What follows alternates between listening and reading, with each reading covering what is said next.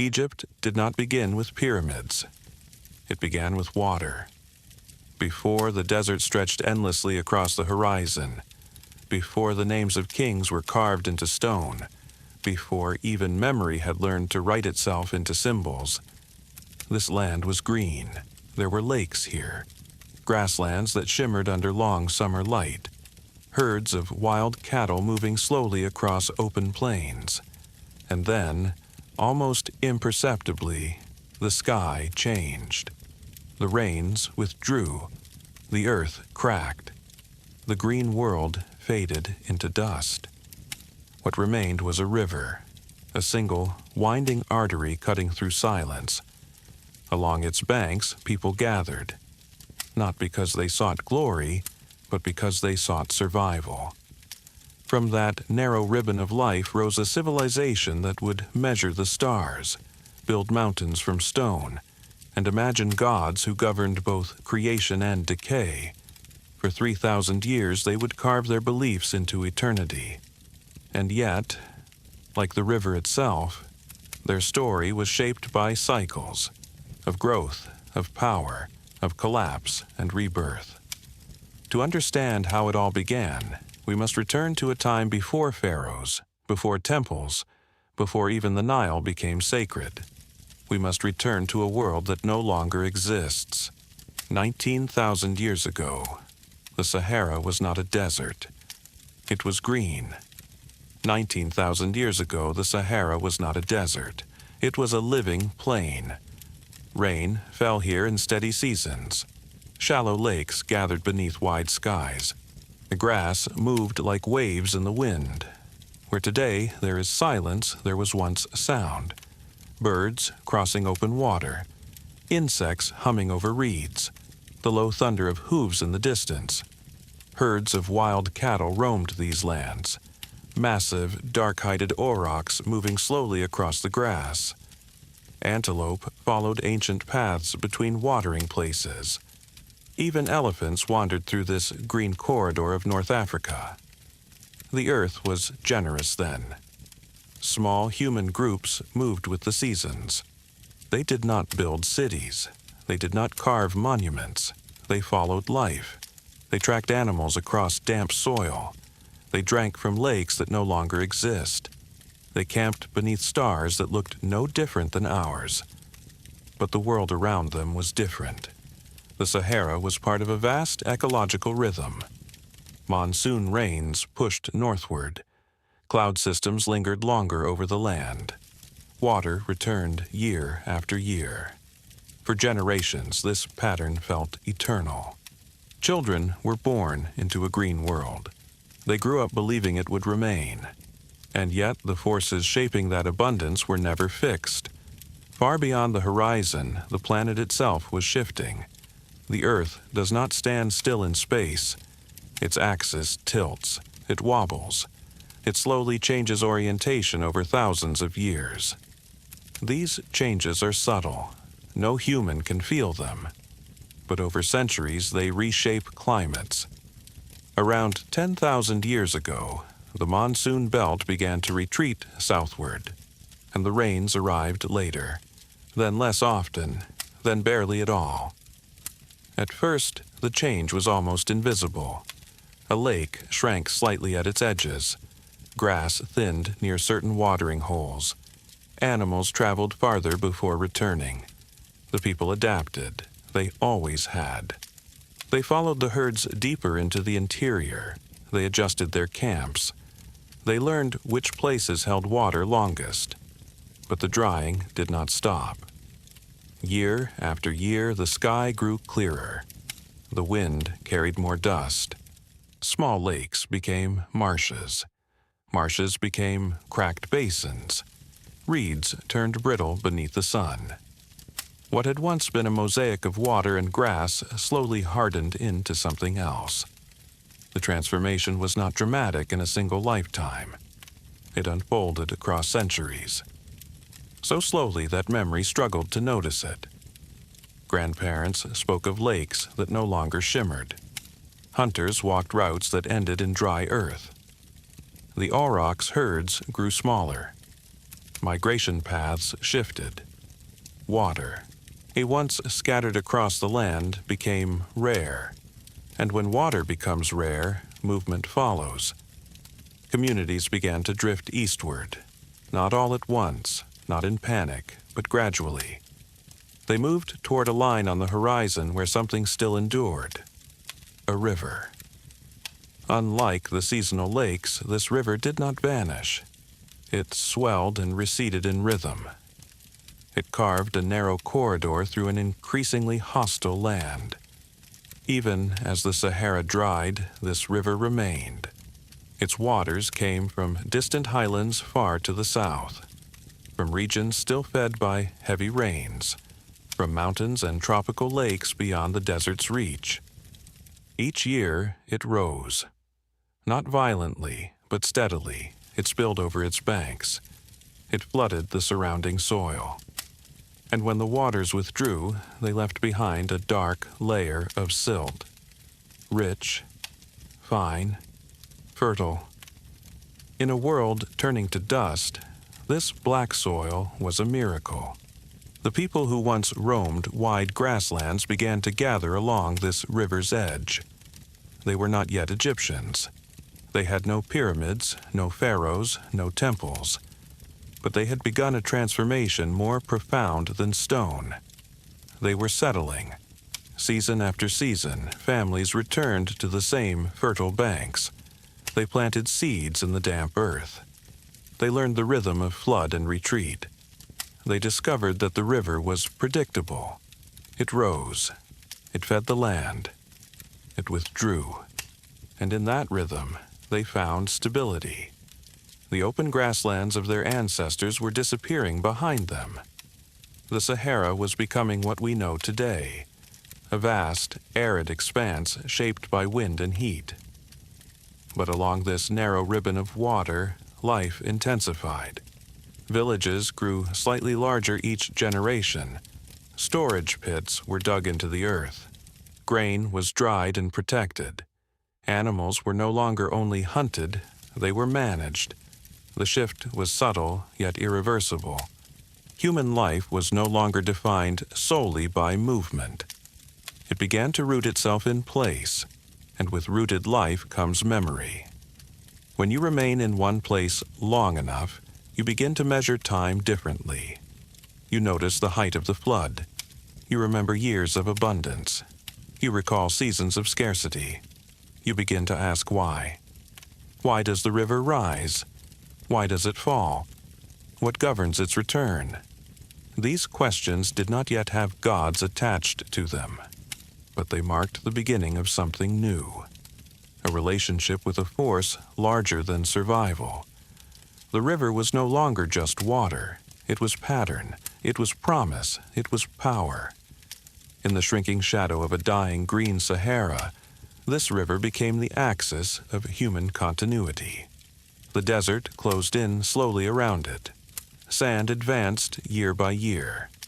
Winds erased old campsites across the plains. But along the water's edge, life condensed instead of disappearing. What had once been scattered across a vast landscape was now concentrated into a single valley. And concentration creates complexity. Tools improved, coordination increased. Shared labor became necessary to manage floodwaters and fields. The river shaped not only the soil, but the society forming beside it. It demanded cooperation. It rewarded foresight. It punished neglect. In time, the people would give this river a name.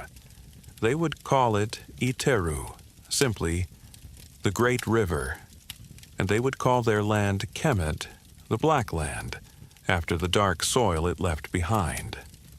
But those names belonged to a future not yet imagined. For now, there was only a narrowing world and a widening dependency. The Sahara was becoming a desert. The Green Age was ending. But human memory does not disappear as quickly as water. Long after the lakes had dried, people remembered where they had been. They remembered the herds. They remembered the grasslands. They remembered movement without boundaries. And when the land began to close around them, They turned to stone to preserve what the sand would erase. Before the river became their anchor, these people had lived as witnesses to a wider world. They left few traces behind. No cities, no written records, no towering walls, but they did leave images. Across the cliffs and rock shelters of what is now barren desert, there are carvings, etched into stone with patient hands, and they depict a landscape that no longer exists.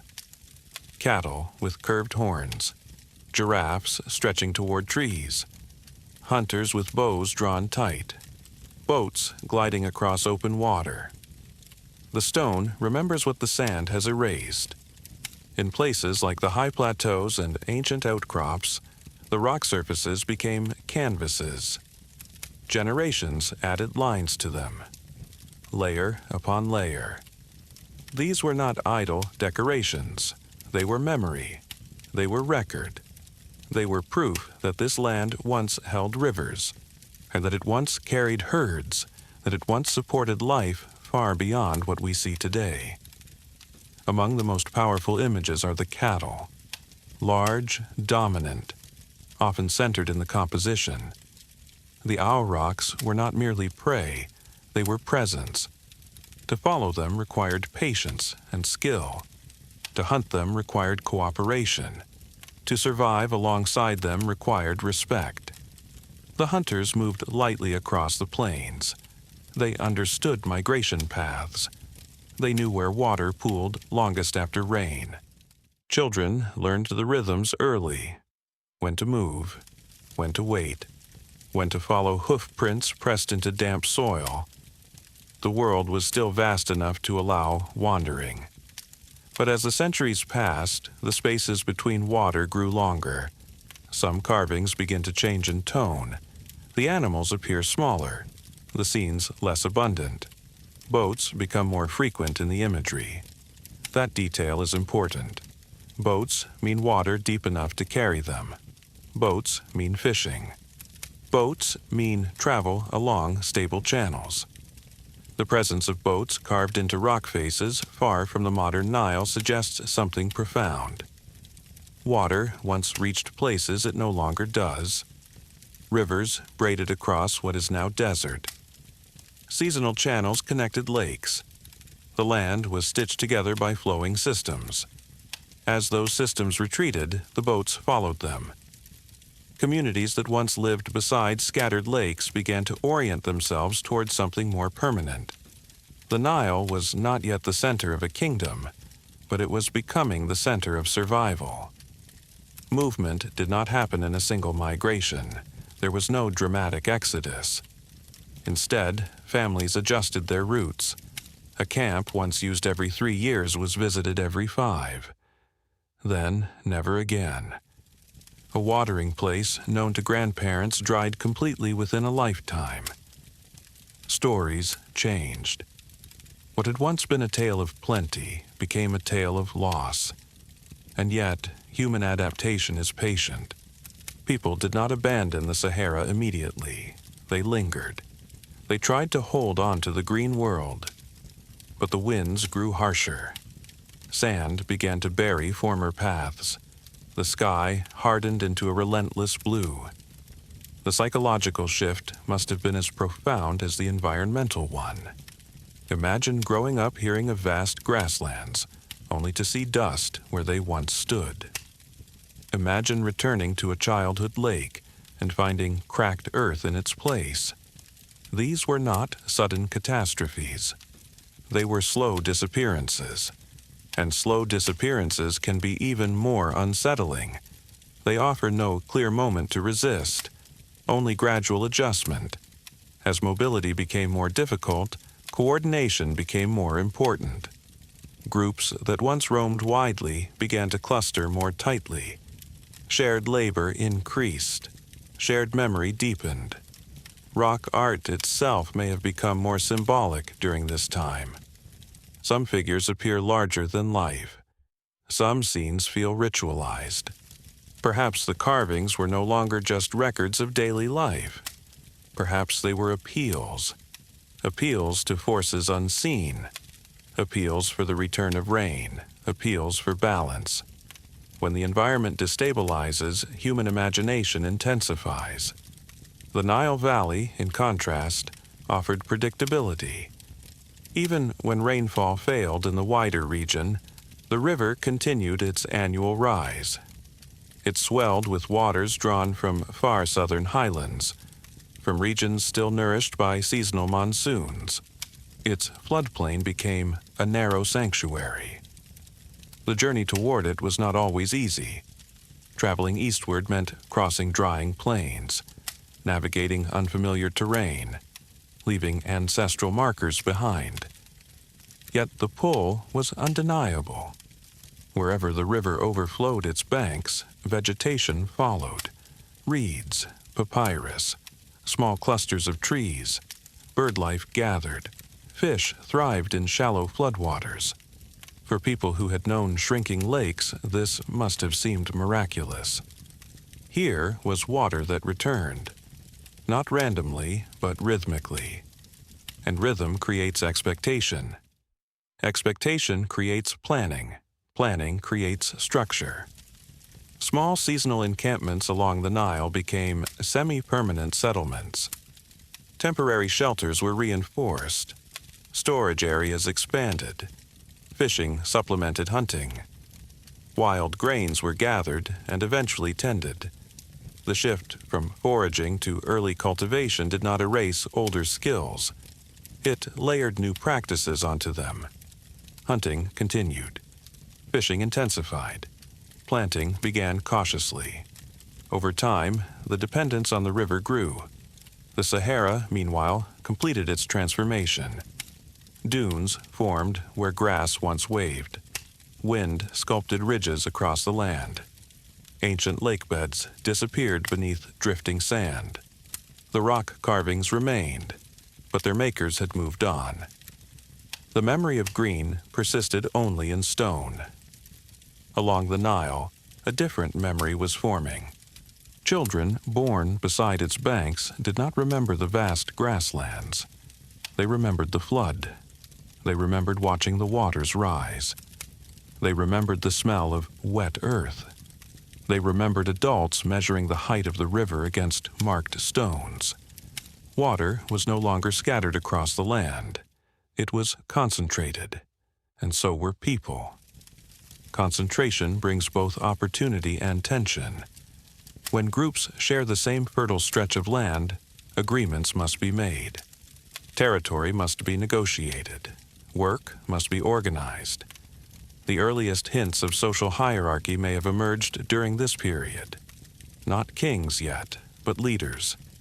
Individuals trusted to coordinate planting, to mediate disputes, to oversee storage. The river required management. Canals were cleared. Fields were demarcated. Floodwaters had to be guided, not merely observed. In learning to work with the Nile, these early communities were unknowingly preparing for something larger. The Sahara had once offered freedom of movement. The river demanded cooperation, and cooperation, sustained over generations, lays the foundation for a civilization. The green world was gone. In its place stood a narrow corridor of life, stretching between two expanding deserts. Along that corridor, human memory shifted from wandering to dwelling, from following herds to following floods.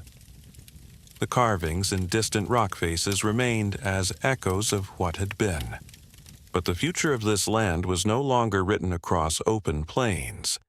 It was gathering beside water.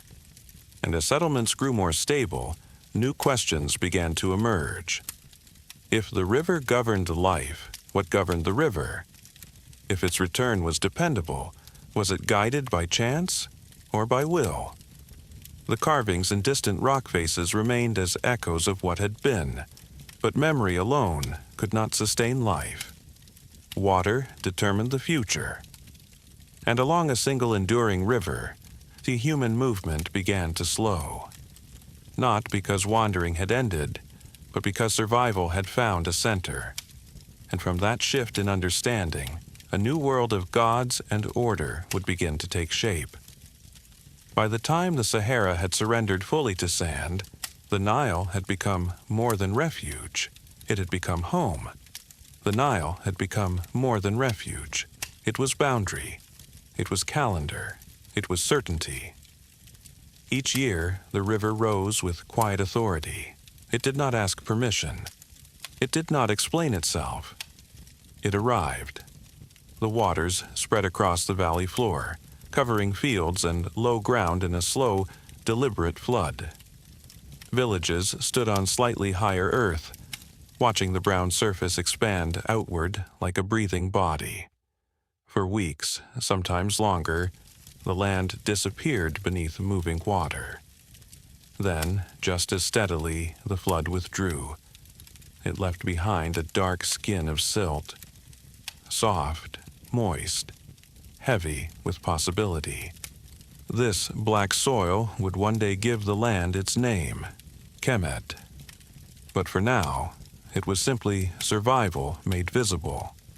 The people learned to wait for the receding water. They pressed seeds into the damp earth. They worked with simple tools. They watched green shoots rise from ground that had seemed lifeless only weeks before. The cycle repeated. Flood, planting, harvest, dry season. Time was no longer measured only by the sun or the stars.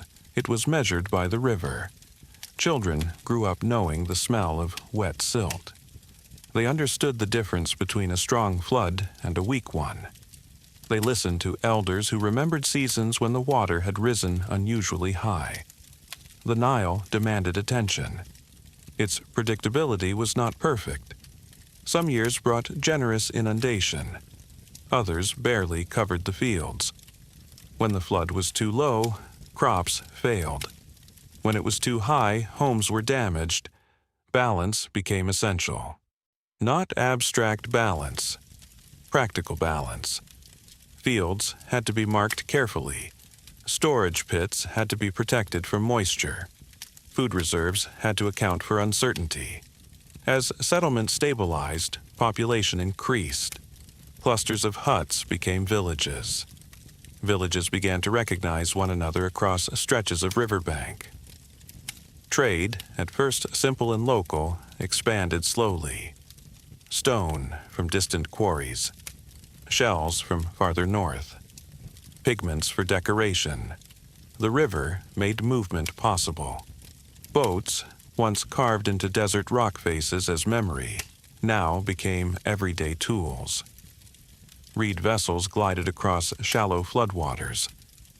Wooden boats, strengthened and refined, began to carry goods along longer stretches of the Nile. The river connected communities that would otherwise have remained isolated. Communication intensified.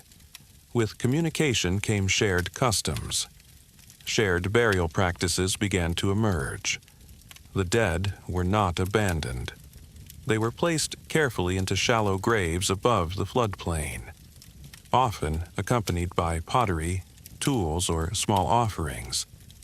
Even before written language, there was an awareness that death required ritual. Perhaps this awareness grew directly from the river's rhythm. The Nile rose and fell. Life flourished and receded. Seeds vanished into soil and returned as grain. Cycles were everywhere.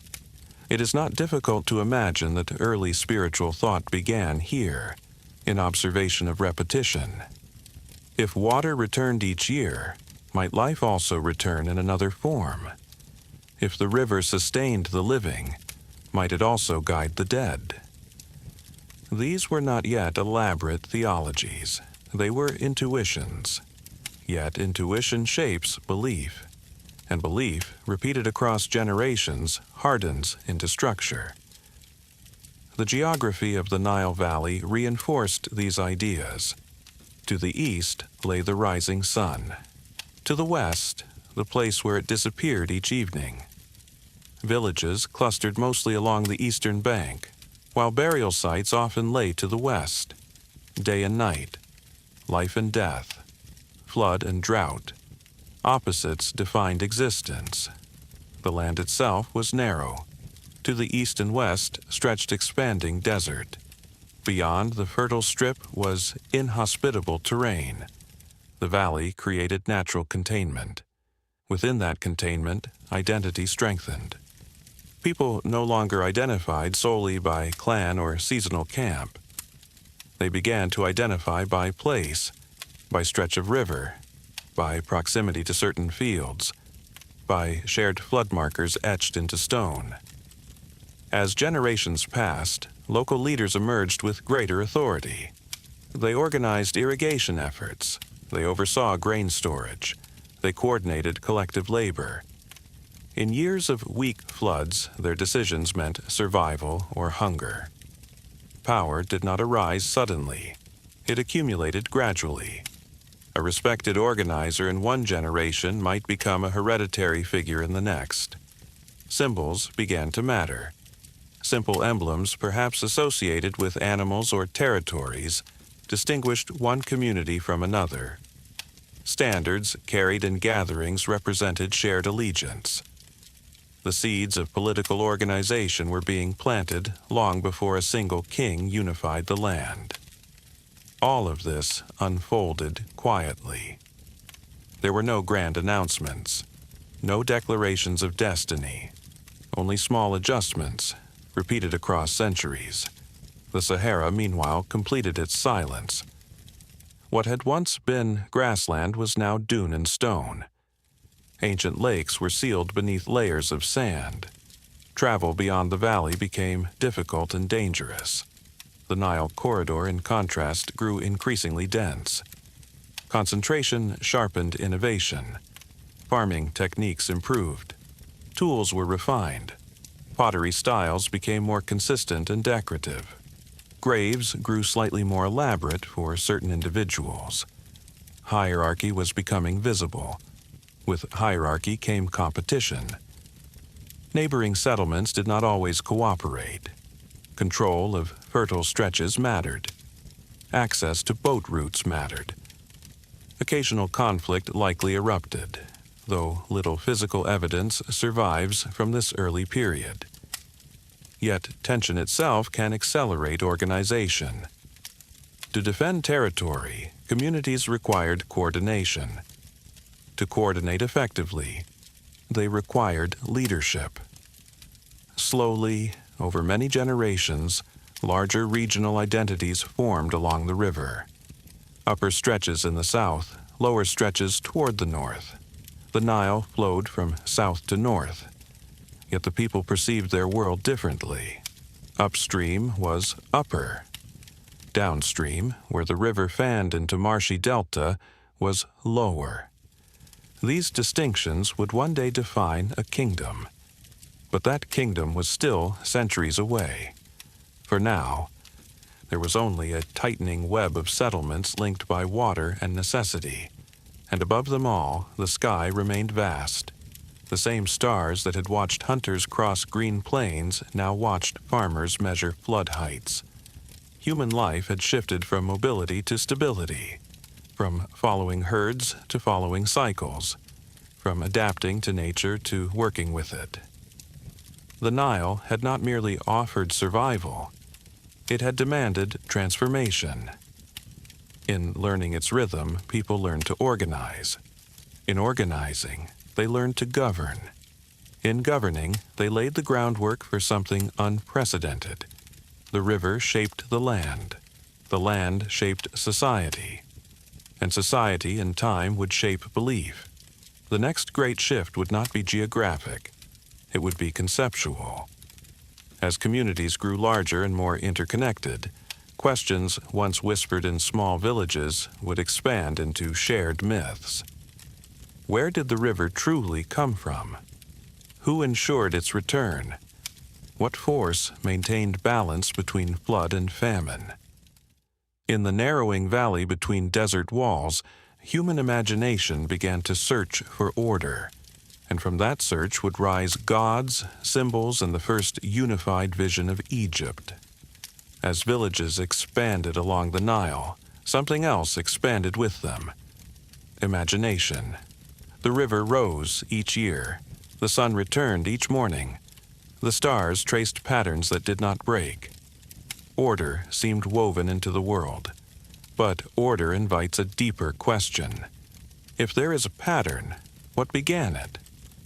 Before there were temples, before there were priests, before even kings claimed divine blood, there was a need to explain origin. The earliest Egyptian cosmologies did not begin with earth.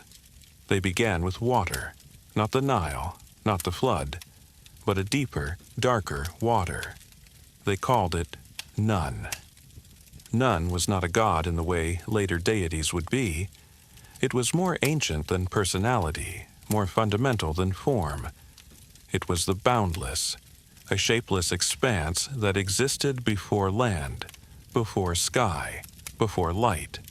Endless, silent, without horizon.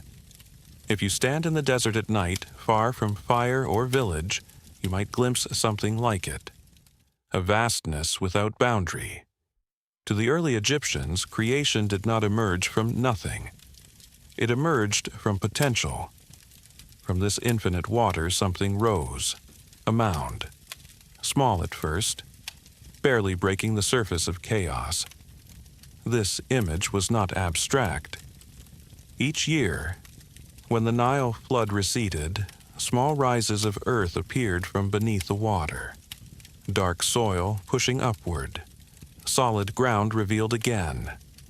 The annual flood may have offered a living metaphor for the first moment of creation. Just as fields emerged from water, so too did the world. Upon this primeval mound, the first light appeared. In some traditions, a lotus blossom opened. From its petals, the sun was born. In others, a great bird cried out across the stillness. Or a scarab pushed the sun into motion. The details varied by region, but the essence remained constant. Light rose from water, and with light came distinction.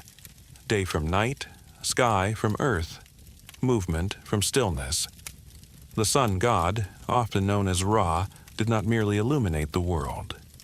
He defined it. Each morning, his journey across the sky reaffirmed creation. Each evening, his descent into darkness threatened dissolution. The daily cycle mirrored the cosmic one. Order must be renewed. Light must return. Creation was not a single event in the distant past. It was continuous. Every sunrise was a repetition of the first dawn. This idea shaped the Egyptian worldview profoundly. The world was not secure by default. It required maintenance. The sun's path across the sky was not guaranteed. It was earned through struggle. In some accounts, Ra traveled across the heavens by day in a solar bark. At night, he journeyed through the underworld. There, and in darkness, he faced forces that sought to undo creation. Chaos was not gone. It lingered beneath order. The serpent Apophis, vast and coiling, attempted to devour the sun during its nightly passage. Each dawn represented victory.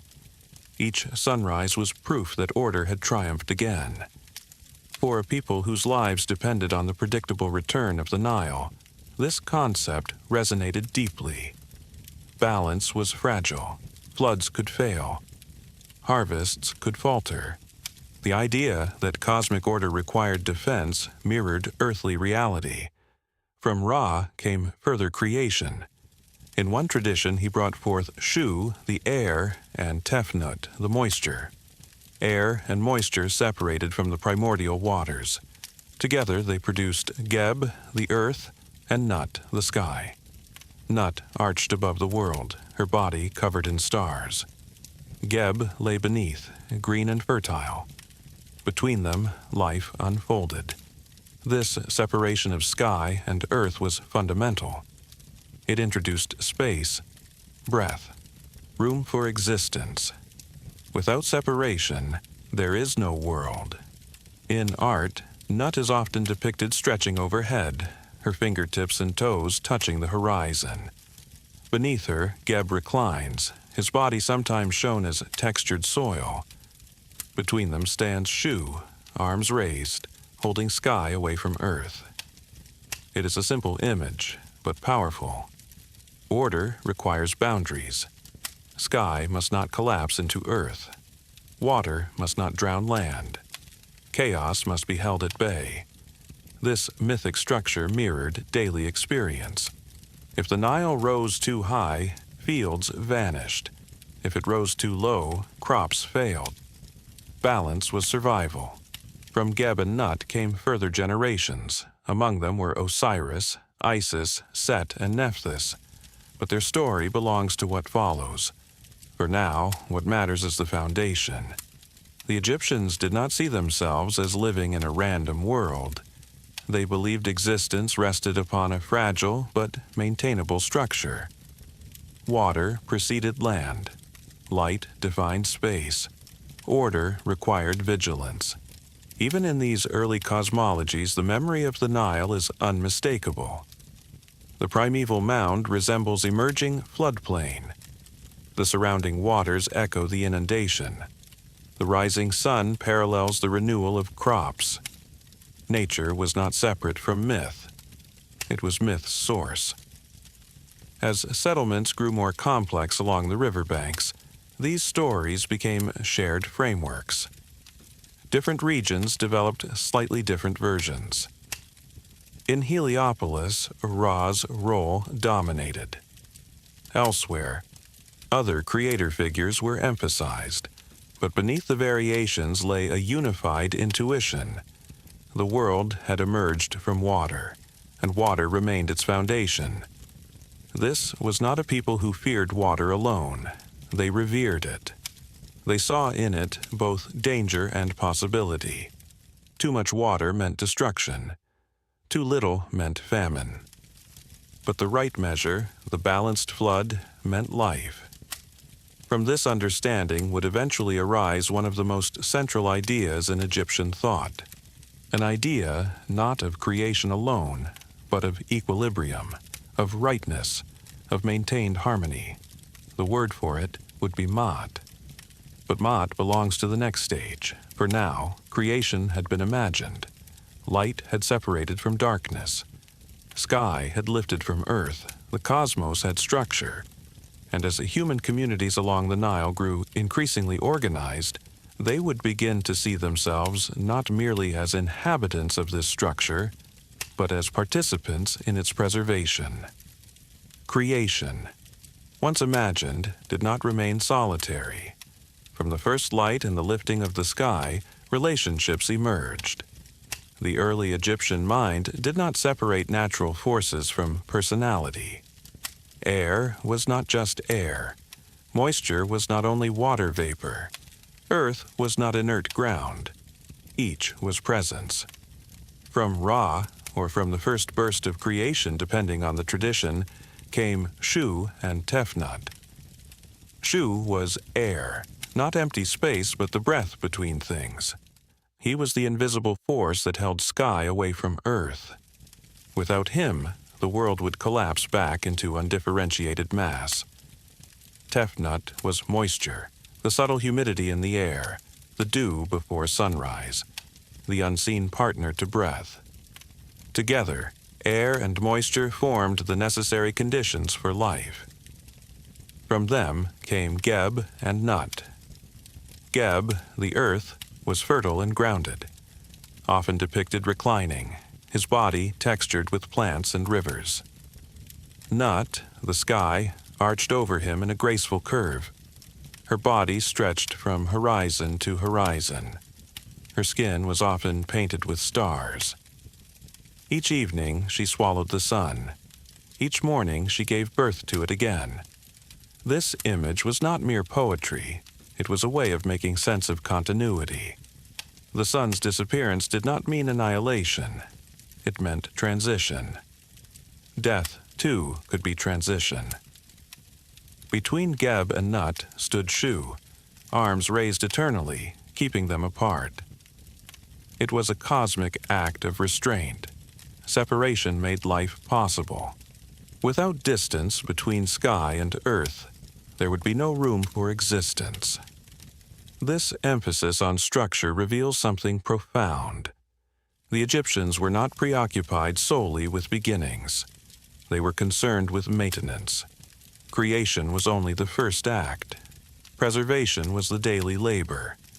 From Geb and Nut came 4 figures who would shape the moral and emotional landscape of Egypt: Osiris, Isis, Set, Nephthys. But before their drama unfolded, it is important to understand the pattern emerging in these myths. The gods were not distant abstractions. They were extensions of observed reality.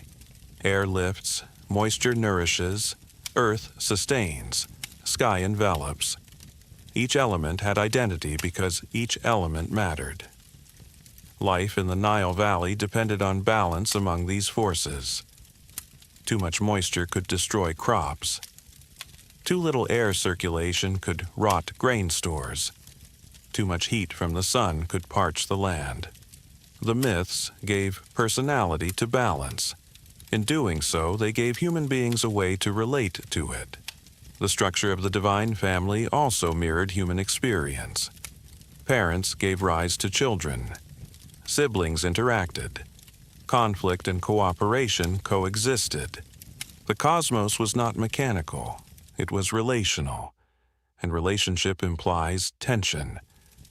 Even before the story of Osiris and Set, there is an undercurrent of fragility. Nut and Geb were once locked in embrace, sky pressed against earth. Only through the intervention of Shu were they separated. Order required intervention. This idea would echo throughout Egyptian history. Kings would later present themselves as guarantors of cosmic separation, as maintainers of the boundary between chaos and stability. But those claims rested on these earlier stories. The world, in Egyptian thought, was not self-sustaining. It required effort. It required vigilance. Even the sun god faced nightly opposition. In some traditions, Re grew weary with age. His eye, sometimes personified as a goddess, could become destructive when angered. Creation was not static perfection. It was dynamic balance. The Nile's annual flood reinforced this worldview. When waters rose at the correct height, the land flourished. When they deviated, suffering followed. The divine family embodied these rhythms. Shu's lifting gesture was eternal. Nut's arc was constant. Geb's grounded presence was steady. Their children, however, introduced unpredictability. In early artistic representations, these gods are shown with human bodies and symbolic heads. Not because the Egyptians believed them to be animals in disguise, but because symbols carried layered meaning. A falcon suggested vision and dominion. A jackal suggested watchfulness over the dead. A cow suggested nourishment. Symbol was language before alphabet. As communities along the Nile grew more complex, local traditions merged. Different towns elevated different creator figures. Some emphasized Atum, self-generated from the primeval waters. Others centered Ta, who created through thought and speech. Yet, despite variation, there was consistency in structure. Water preceded land.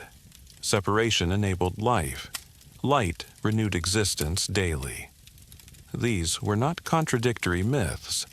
They were overlapping perspectives. The Egyptians did not demand rigid uniformity in belief. They allowed multiple narratives to coexist, so long as they reinforced order. This tolerance of variation would later enable a vast and flexible religious system. Temples would rise in different cities, each honoring a particular aspect of divinity. But beneath the regional emphasis remained shared cosmology. The world emerged from water. It was sustained by balance. It required protection. And humanity was not separate from that responsibility. As agricultural cycles stabilized and villages expanded, rituals became more formalized. Offerings were made to ensure the river's return. Prayers were spoken to align human life with cosmic pattern. The gods were not distant tyrants. They were reflections of essential forces. To neglect them was to risk imbalance. Gradually, the divine family became more than explanation. It became framework. Kingship, when it arose, would be justified through these genealogies. The pharaoh would claim descent from divine lineage. Not metaphorically, but structurally. If the cosmos functioned through hierarchy and relationship, so too must society. Before that political stage emerged, the mythic stage had to be set. Shu still held the sky apart. Nut still arched above the world. Geb still lay fertile beneath. And among their children, tensions were forming. Tensions that would transform myth into moral drama. From the balance of elements would arise conflict between brothers. From that conflict would come one of the most enduring stories of ancient Egypt. A story not merely about gods, but about legitimacy, death, and restoration. But that story unfolds next. For now, the structure stands. Water below, sky above, air between, earth grounded, a cosmos organized. And in that organization, the first blueprint for kingship and order was quietly taking shape. Within the ordered structure of sky and earth, a tension began to form. From Geb and Nut were born four figures whose story would shape the moral imagination of Egypt. Osiris, Isis, Set, Nephthys. They were siblings. They were forces. They were archetypes of balance and disruption. Osiris, in many traditions, became king among them. He was not a distant creator, he was a ruler. Under his guidance, the land flourished. Fields yielded grain. Law replaced chaos. People learned cultivation, ritual, and restraint. In myth, Osiris brought civilization. He taught humanity how to farm, how to honor the gods, how to live in accordance with order. He represented continuity, the steady rhythm of growth and harvest. If Ra symbolized cosmic light, Osiris symbolized fertile stability. Isis stood beside him. She was intelligence and devotion combined. A figure of protection, magic, and fierce loyalty.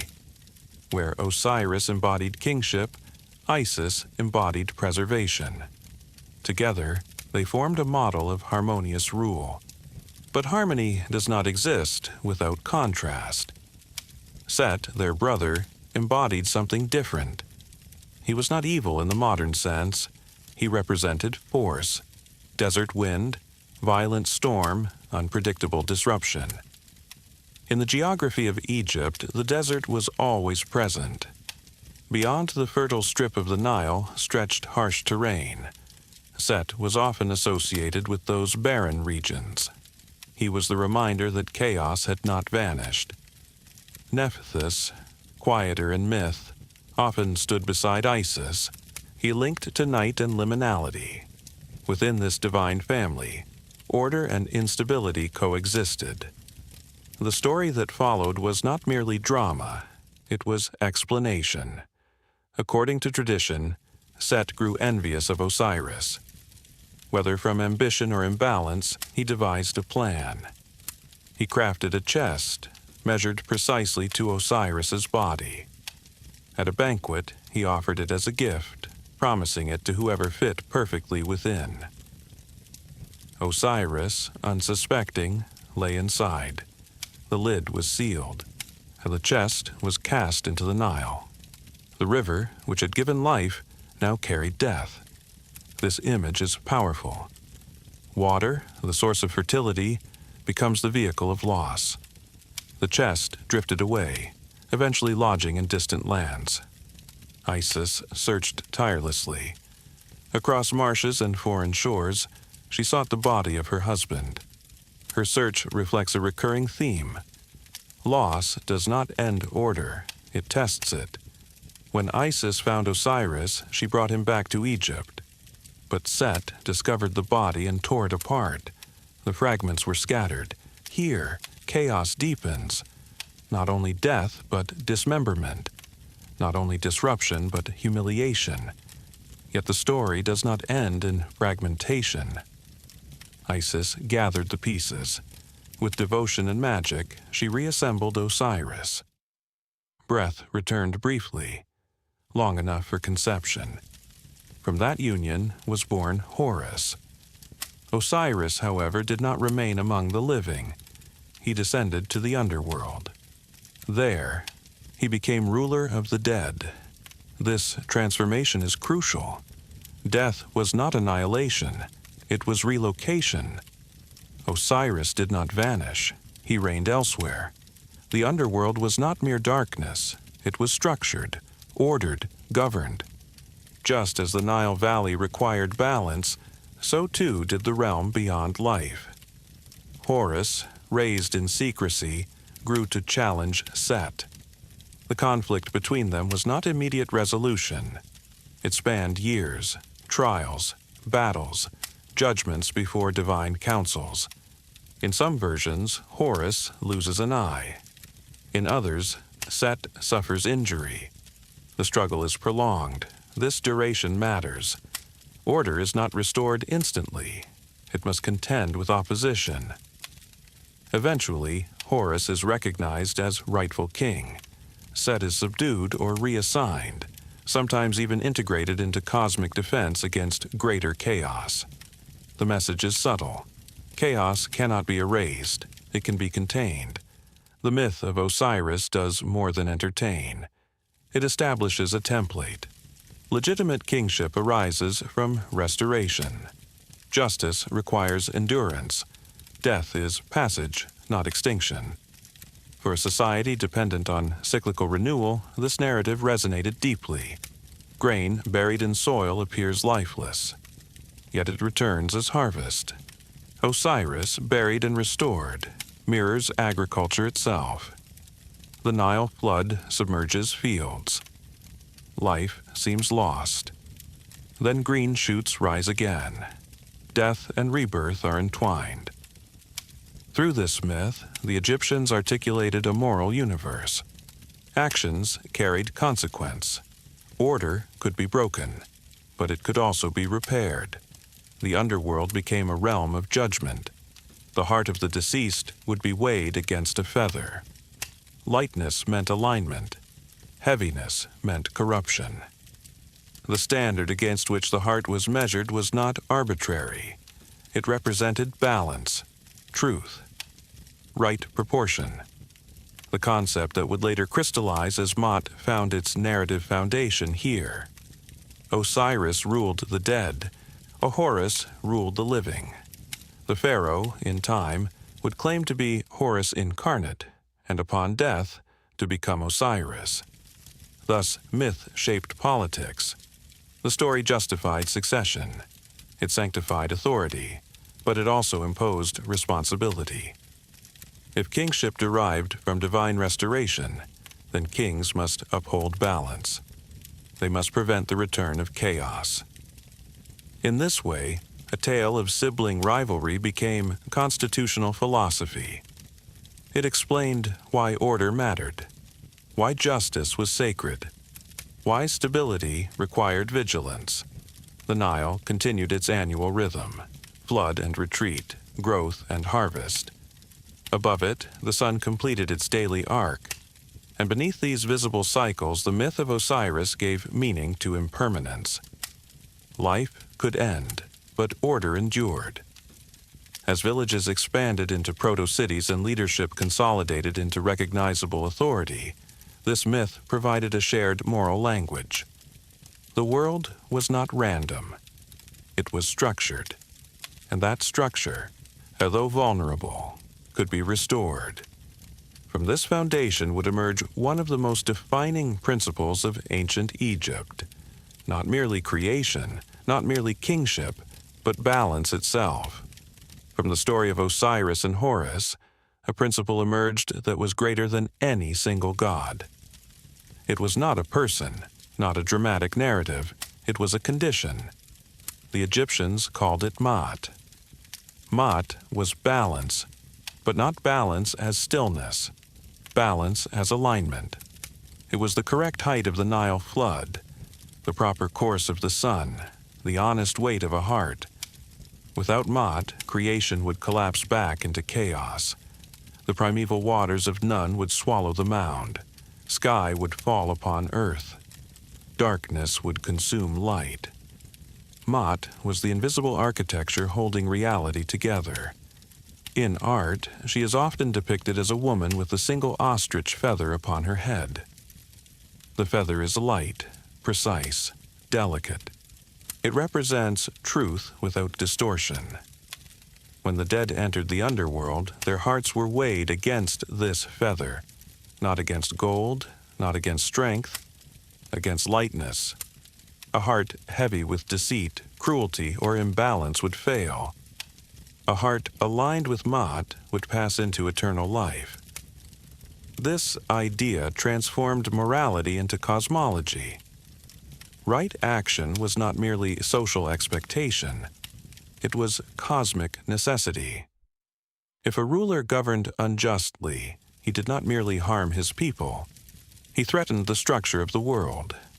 If floods failed repeatedly, it was not random misfortune. It suggested imbalance. Ma'at linked natural events with human conduct. The pharaoh, when kingship became formalized, was not simply a political figure. He was the guarantor of Ma'at. His duty was to uphold order between sky and earth, between people and gods, between abundance and restraint. Temple reliefs often show the king presenting a small figure of Ma'at to a deity. The symbolism is clear. He offers order back to the divine, affirming his commitment to sustain it. This exchange is reciprocal. The gods maintain cosmic stability.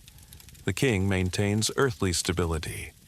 Together they prevent the return of chaos. Ma'at was not abstract philosophy alone. It shaped law. It influenced judgment. Local officials were expected to rule in Ma'at. Truthfulness was not a virtue separated from survival. It was survival. In agricultural life, precision mattered. A plant too early, and seeds fail. Plant too late, and harvest weakens. Measure fields inaccurately, and conflict arises. Fair distribution of grain meant stability. Unfair distribution meant unrest. Ma'at became the moral language through which society justified its structure. The Nile's rhythm reinforced it constantly. Each year, the flood either confirmed alignment or signaled disruption. Priests observed water levels carefully. Records were kept. Markers were carved. If the inundation rose to the proper height, gratitude followed. If it faltered, anxiety spread. Ma'at was not fragile, but it was not automatic. It required maintenance. This concept extended beyond life. In funerary texts, the deceased often declare what they have not done. I have not stolen. I have not lied. I have not caused suffering. These negative confessions are not merely denials. They are affirmations of alignment. The individual aligns himself with Ma'at to enter the ordered realm beyond death. Even the gods were bound by it. Re's nightly journey through darkness was not simply travel. It was a reaffirmation of Ma'at's endurance. If Apophis succeeded in devouring the sun, order would dissolve. Thus, priests performed rituals to symbolically assist Ra in his struggle. Human participation mattered. Society was woven into cosmic stability. This worldview fostered continuity. Radical upheaval was feared. Gradual change was acceptable, so long as Ma'at endured. When later kings proclaimed victory in battle, they did so not merely as conquerors, but as restorers of balance. Enemies were described as agents of chaos. Victory meant reestablishing proper alignment. Even architecture reflected this principle. Temples were constructed along precise axes, columns aligned with celestial events, sanctuaries oriented toward rising sun. Order in stone mirrored order in cosmos. The Nile Valley itself became a metaphor. Fertile strip in the center, desert on either side, life bounded by potential disorder. Ma'at was the narrow, sustainable path between extremes. Too much flood, destruction; too little flood, famine; too much power, tyranny; too little power, instability. Balance was dynamic, not static. It required constant calibration. The myth of Osiris provided emotional depth to this idea. The separation of sky and earth provided cosmological structure. Ma'at provided coherence. It united myth, agriculture, governance, and morality into a single principle. And as settlements grew into early city-states along Upper and Lower Egypt, this principle would justify unity. For if balance was essential, division was dangerous. Competing authorities along the river risked disorder. Conflict between regions threatened the delicate equilibrium. Over generations, the regional powers emerged. Symbols became sharper, standards more defined. Upper Egypt in the south developed its own iconography. Lower Egypt in the north another. The Nile still flowed between them, binding them physically. But politically they remained distinct. Ma'at required alignment, and alignment eventually would demand unification. The stage was set for a new development. From villages and myths would arise kings. From kings, a single ruler. And from that ruler, a vision of Egypt as one. But unity, like balance, would not come without assertion. The next transformation would not be spiritual, it would be political, and it would reshape the Nile Valley into a kingdom. For centuries, the Nile Valley had nurtured small powers. Villages became towns. Towns became regional centers. Symbols hardened into emblems of authority. Upper Egypt, stretching southward along the narrower valley, developed its own identity. Its rulers wore the white crown, tall and conical. Lower Egypt, where the river spread into marsh and delta, formed a different sphere of influence. Its rulers wore the red crown, low and curved, like the fertile arc of the north. Between them flowed the Nile. One river, two realms. Trade passed along its current. Ideas moved between banks. But political unity did not yet exist. Competition, however, was inevitable. Control of the river meant control of movement. A control of movement meant influence. Over time, stronger leaders consolidated territory. Conflict sharpened ambitions. Out of this gradual struggle emerged a figure whose name would echo through millennia: Narmer. In later traditions, he would be remembered as Menes, the unifier. Whether Narmer and Menes were the same person remains debated by scholars, but the symbolism is unmistakable. Around 3100 BCE, a ruler from Upper Egypt extended authority northward. The evidence is not preserved in epic poems. It survives in stone. A ceremonial object, known today as the Narmer palette, offers one of the earliest historical images in Egyptian art. Carved in dark siltstone, it shows a king wearing the white crown of Upper Egypt, raising a mace over a kneeling foe. His stance is deliberate, one arm lifted, one hand gripping the enemy's hair. The image is not chaotic, it is composed, measured. On the reverse side, the same ruler wears the red crown of Lower Egypt. The message is clear. He is both. He stands not merely as conqueror, but as embodiment of duality resolved. Above him appears the falcon god Horus, perched over papyrus reeds, a symbol of the northern delta. The implication is unmistakable. Divine authority sanctions unification.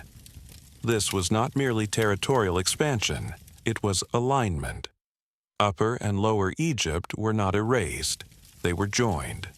The white crown and the red crown would later combine into a single symbol, the double crown, known as the Shent. Its shape fused north and south into one visible identity. The king did not abolish difference. He wore it. He became the living link between regions. Unity did not eliminate tension overnight, but it established a new framework. Instead of competing local rulers, there would be one central authority. Instead of fragmented standards, a single royal insignia. The capital associated with early unification was likely Memphis, strategically positioned near the apex of the delta. From there, a ruler could oversee both directions of the Nile. The location was symbolic as well as practical. Memphis stood at the threshold between Upper and Lower Egypt, between narrow valley and open delta. A hinge in geography became a hinge in history. With unification came administration. Grain storage required oversight. Irrigation systems required coordination. Taxation required record. The shift from regional leadership to centralized kingship transformed society. The pharaoh was no longer merely a powerful chieftain. He became the guarantor of Maat across the entire land. If Maat required balance, unification was its political expression. 2 lands, 1 order. Royal iconography reinforced this idea constantly. The king was depicted smiting enemies, not as personal violence, but as restoration of balance. Chaos was represented by foreign or rebellious figures. Order by the composed stance of the ruler. Even in imagery, control was calm. The Narmer palette does not depict frenzy, it depicts authority. Behind the king stands an attendant, holding his sandals. Above him, divine symbols hover. Every detail emphasizes legitimacy. This was not accidental. It was the beginning of historical memory. Myth had provided cosmic structure. Now, history began to inscribe political structure. The transition from prehistory to dynasty was not abrupt. It was cumulative. Generations of settlement, belief, and local power made it possible. Narmer's achievement rested on centuries of preparation. Once unified, Egypt entered what historians call the early dynastic period. Kings began to build more permanent structures. Royal tombs grew in size and complexity. Bureaucracy expanded. Officials recorded harvests, managed labor, distributed resources. Symbols became standardized. Hieroglyphic writing, in its early form, began to appear more consistently. Initially, it served administration, labels on goods, records of offerings, markers of ownership. Writing was not born for poetry, it was born for control. To govern a long river valley, information must travel faster than memory alone. Scribes emerged as specialists. Their marks transformed sound into image, image into permanence. Stone and papyrus became carriers of authority. The pharaoh's name, encased in a royal frame, asserted continuity. Kingship was no longer ephemeral, it was recorded. The concept of divine rulership strengthened. The king was identified with Horus in life. Upon death, he was associated with Osiris. Thus, myth and politics fused. To challenge the king was not merely rebellion, it was threat to cosmic order. The Nile Valley, once dotted with independent settlements, now recognized a single sovereign. Festivals reinforced unity. Religious centers linked distant regions. The river carried officials, priests, and messages from south to north and back again. Trade expanded beyond Egypt's borders. Contacts with Nubia, with the Levant, with desert oases increased. Egypt was no longer a cluster of villages. It was a state, and at its center stood the pharaoh, wearing both crowns. The unification did not erase geography. Upper and Lower Egypt retained distinct characteristics, but they now shared allegiance. Two lands, one king. In this consolidation, the foundation was laid for the Old Kingdom. The age of pyramids was not yet visible, but the structure necessary to build them was taking form. Administration, labor organization, ideological unity, all of it traced back to the moment when a ruler stood in white and red, declaring alignment. The Nile continued its rhythm, flood and retreat, abundance and scarcity. Above it, a unified crown now watched. The next chapter of Egypt's story would turn from conquest to permanence, from authority to monument. Unification did not end complexity, it intensified it. To rule a land stretched along 1,000 kilometers of river required more than conquest. It required structure. The pharaoh, wearing the white and red crowns, stood as visible proof of unity. But symbols alone cannot manage harvests, or measure floodwaters, or organize labor. A state began to take form. At its center was the king. Around him gathered officials, administrators, priests, military leaders, scribes. Hierarchy crystallized. Titles became formal, responsibilities defined. The Nile Valley was divided into districts, later known as nomes. Each had local administrators who answered to the central authority. Grain was counted. Cattle were recorded. Fields were surveyed after each flood. Measurement became power. The annual inundation erased boundaries. When waters receded, fields had to be remarked. This task required accuracy. Ropes were stretched, markers placed. The act of measuring land became both practical and symbolic. To measure was to restore order after chaos. Just as the cosmos required separation of sky and earth, the land required demarcation after flood. Administration mirrored myth. Writing expanded its role. Early hieroglyphs, once simple labels, grew into more complex systems of notation. Names of kings were enclosed within a serech, a rectangular frame representing the royal palace. Above it perched the falcon of Horus. The king was not only ruler of territory, he was the embodiment of divine oversight. Each inscription reinforced continuity. The palace itself became an institution, not merely a residence, but a center of coordination. From Memphis and other early capitals, orders flowed along the river. Boats carried officials. The messages traveled faster by water than by desert path.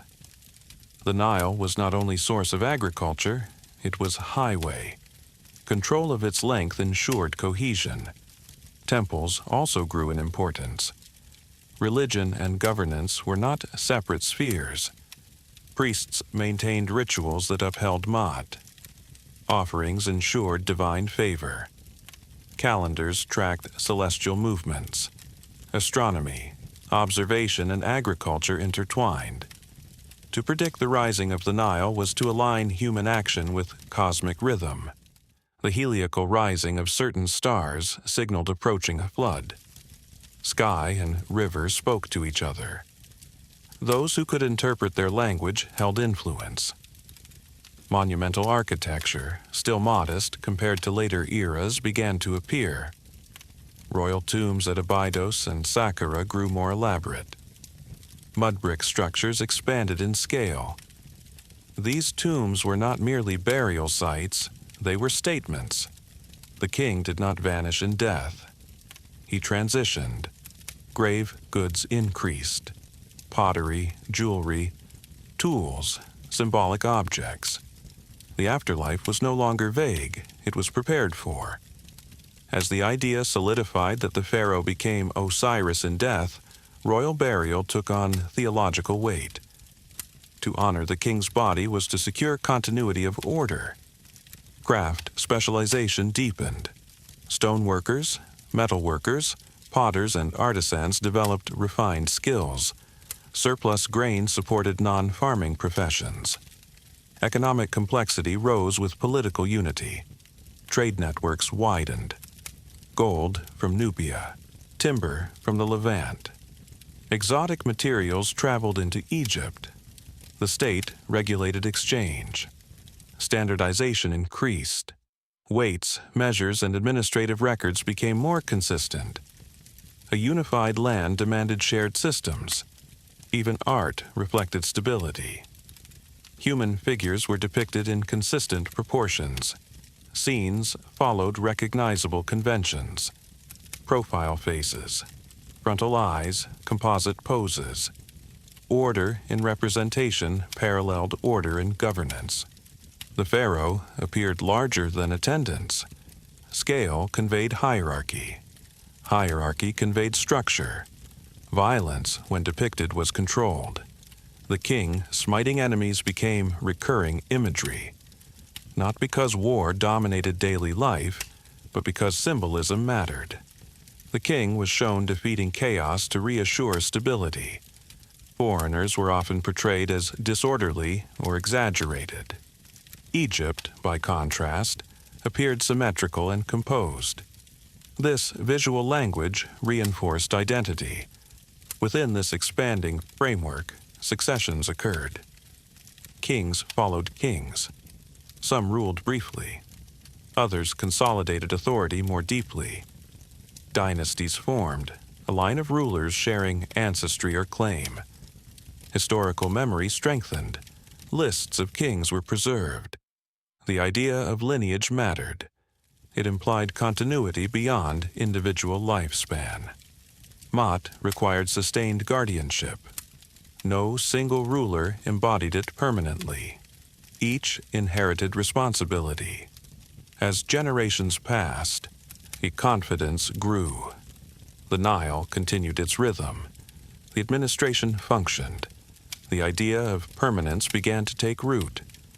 If the state could endure across reigns, perhaps it could endure beyond decay. This ambition would soon find architectural expression. But before stone rose toward the sky, another transformation was needed. Royal authority had to expand from governance of land to mastery of eternity.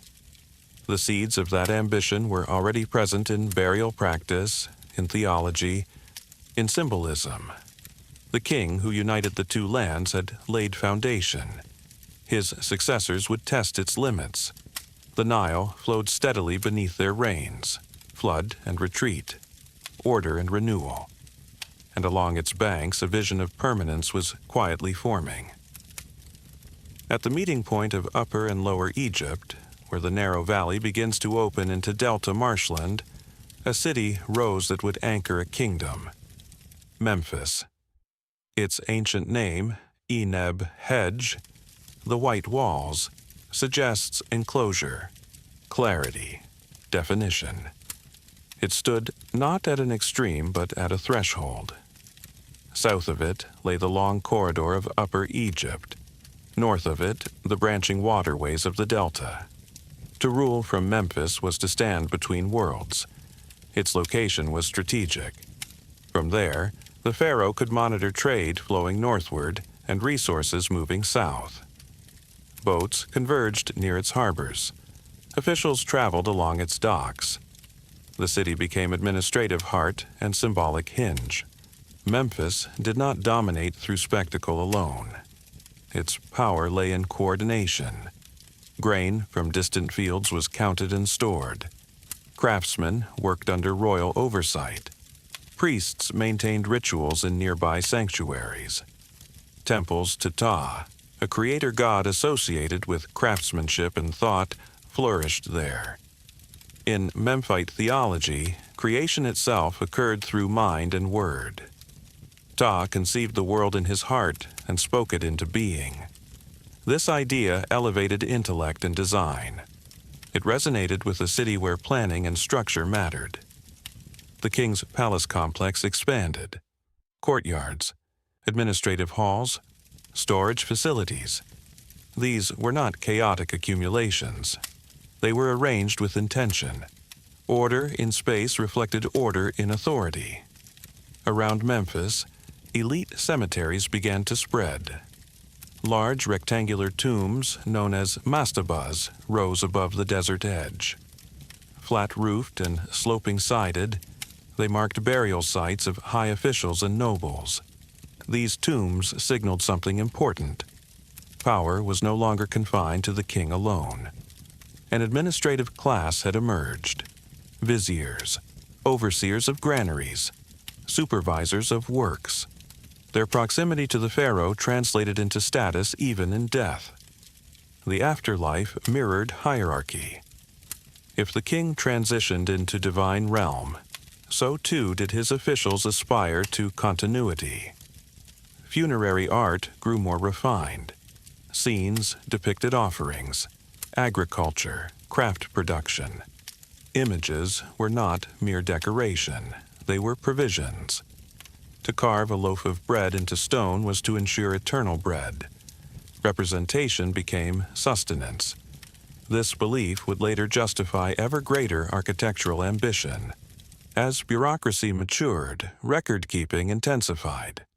Papyrus, made from river reeds, allowed information to travel beyond stone inscriptions. Scribes copied inventories, tracked labor assignments, documented tribute from distant territories. Control extended beyond immediate sight. The Nile's length became administratively visible. With increased organization came increased capability. Labor could be mobilized for large projects. Resources allocated with precision. The concept of state-sponsored construction expanded. Early kings had built tomb complexes of mud brick. Now, experimentation with stone increased. Stone offered durability. Mud brick eroded. Stone endured. If kingship was divine, its monuments must resist time. The desire for permanence grew from theology. If the king became Osiris in death, his resting place must reflect cosmic stability. Memphis, positioned near limestone quarries, provided access to material. Transport along the Nile made heavy movement feasible. The administrative machinery was ready. The ideological justification was forming. One more innovation would transform ambition into reality. A figure would emerge who combined architectural insight with political trust. Before his name is spoken, consider the conditions that made him possible. A unified land, centralized authority, developed bureaucracy, theology of divine kingship, belief in ordered afterlife. Without these foundations, monumentality would remain impossible. But with them, imagination could take physical form. The pharaoh was no longer merely ruler of living land. He was destined for eternity, and eternity required architecture. As Memphis thrived between river and desert, as officials recorded harvests and priests performed rites, a new question quietly arose. If mud brick tombs mark mortality, what structure could mark immortality? The answer would begin modestly. A stacked form, rising in stages. Not yet the smooth pyramid of later fame, but a radical departure from tradition. In the desert near Memphis, at a place now known as Sahara, the first experiment would begin. A king named Djoser would entrust his vision to a man of rare intellect. And from their collaboration would emerge a shape that changed the horizon forever. The Nile flowed on, as it always had, flood and retreat, cycle and renewal. But now, beside its banks, stone was preparing to rise. Before the pyramids dominated the horizon, before Giza became a symbol recognized across the world, there was an experiment. It began not with a mountain of stone, but with a tomb. King Djoser ruled during the Third Dynasty, at a time when Egypt's foundations were firm but still evolving. His predecessors had been buried in mastabas, rectangular structures of mud brick, solid and dignified, yet limited. Mud brick decays, wind erodes, time softens edges. For a ruler believed to become Osiris, to rule in the afterlife as in life, such impermanence was insufficient. Enter Imhotep. He was not a king, he was an official. Yet his name would endure far beyond most rulers. Imhotep served as vizier, high priest, and architect. In later centuries, he would be deified, revered as a patron of wisdom and healing. But in his lifetime, he was something rarer, a visionary working within structure. Djoser's tomb complex at Saqqara began modestly, a traditional mastaba in stone. Stone, not mud brick. That alone was revolutionary. Limestone blocks cut and stacked with precision replaced sun-dried clay. The material choice signaled intent, durability, permanence, resistance to erosion. But Imhotep did not stop at replication. He expanded. The mastaba was enlarged, then raised. Another layer added on top, then another. 6 stages eventually rose above the desert floor, forming what we now call the step pyramid. It did not yet possess smooth faces. Its profile was tiered, like ascending platforms. Yet the effect was unmistakable. Height. The structure reached toward the sky. For the first time, royal architecture departed decisively from ground-bound forms. The pyramid was not merely larger, it was directional. It pointed upward. The symbolism is difficult to ignore. If the king ascended to join the gods, his tomb must reflect ascent. The step pyramid was part of a vast mortuary complex. Enclosed within high walls, the compound contained courtyards, chapels, ceremonial structures.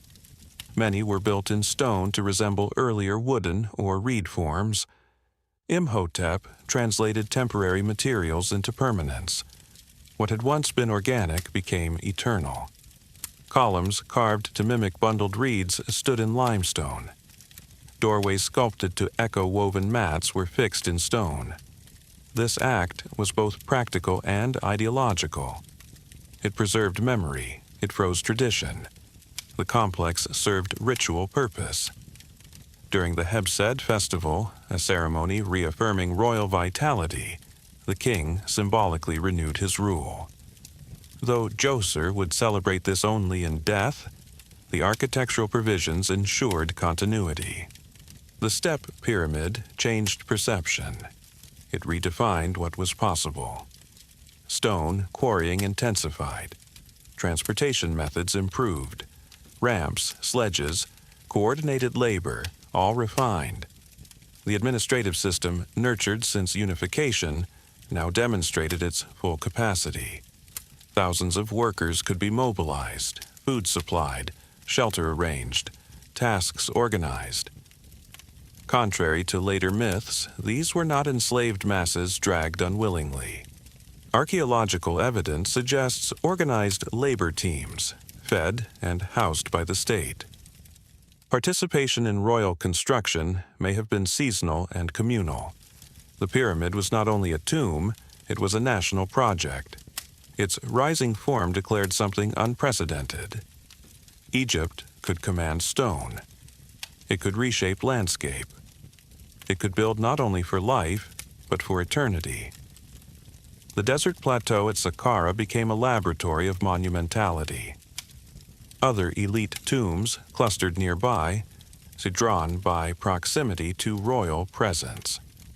Imhotep's innovation did more than honor Djoser. It established a template. Subsequent kings would attempt variations. Some would experiment with angles and proportions. The idea of smooth-sided pyramids had not yet fully emerged. But the ambition was clear. The horizon itself had been altered. From the fertile valley below, farmers could look westward and see stone rising above sand. The desert, At once associated primarily with Set, with chaos and barrenness, now hosted symbols of divine permanence. The geography of meaning shifted. Life along the river, eternity in the desert. East for sunrise and daily work, west for burial and continuation. The step pyramid anchored this orientation. It stood as both innovation and statement. Kingship had entered architectural phase. If Narmer unified territory, Imhotep and Djoser unified ambition with stone. The Nile still flowed. Flood and retreat continued unchanged. Yet beside it, a new scale of thought had taken hold.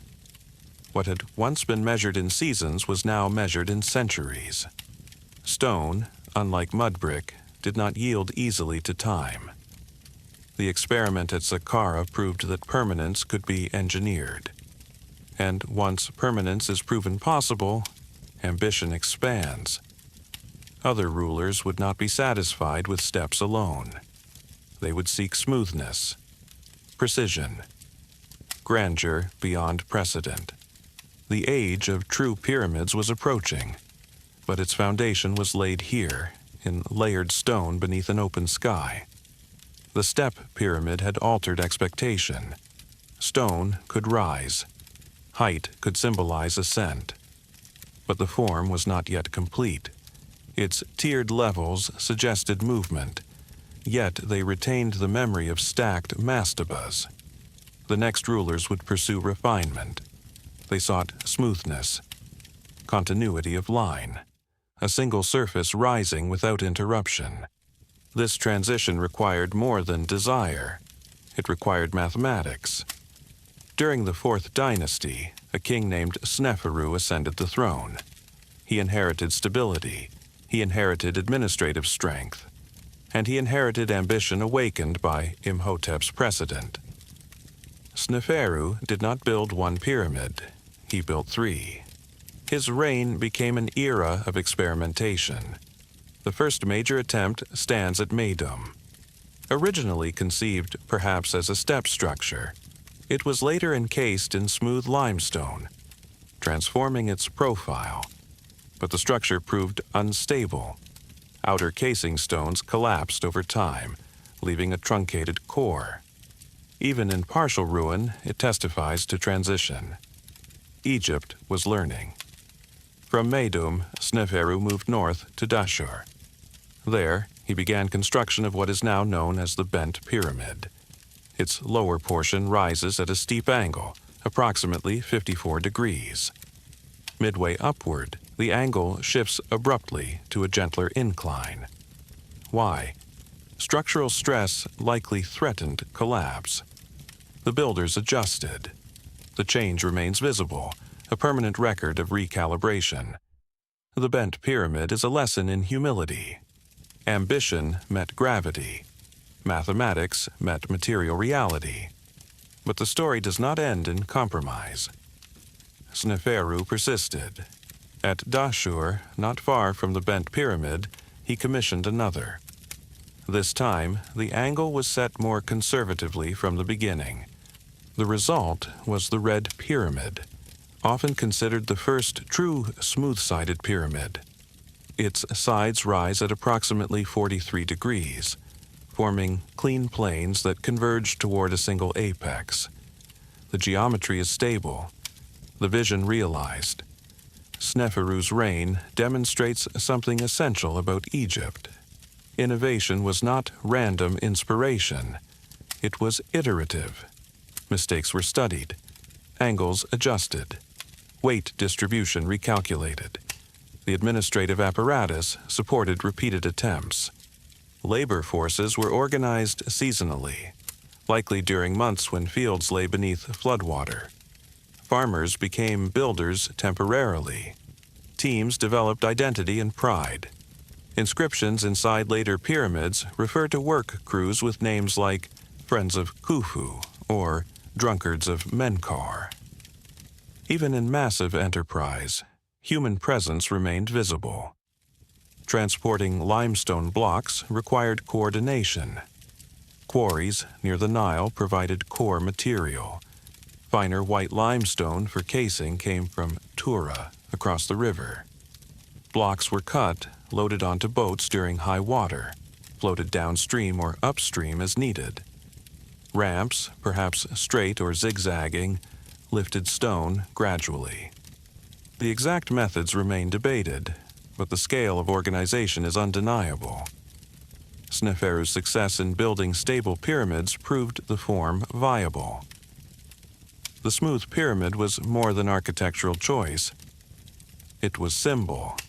Its sloping sides may have represented rays of the sun, allowing the king's spirit to ascend. The pyramid's apex, the Benben, echoed the primeval mound of creation myth. From water, land emerged. From land, stone rose. The pyramid became frozen sunrise, solidified light. Its orientation aligned precisely with cardinal directions: north, south, east, west. Precision was not aesthetic alone.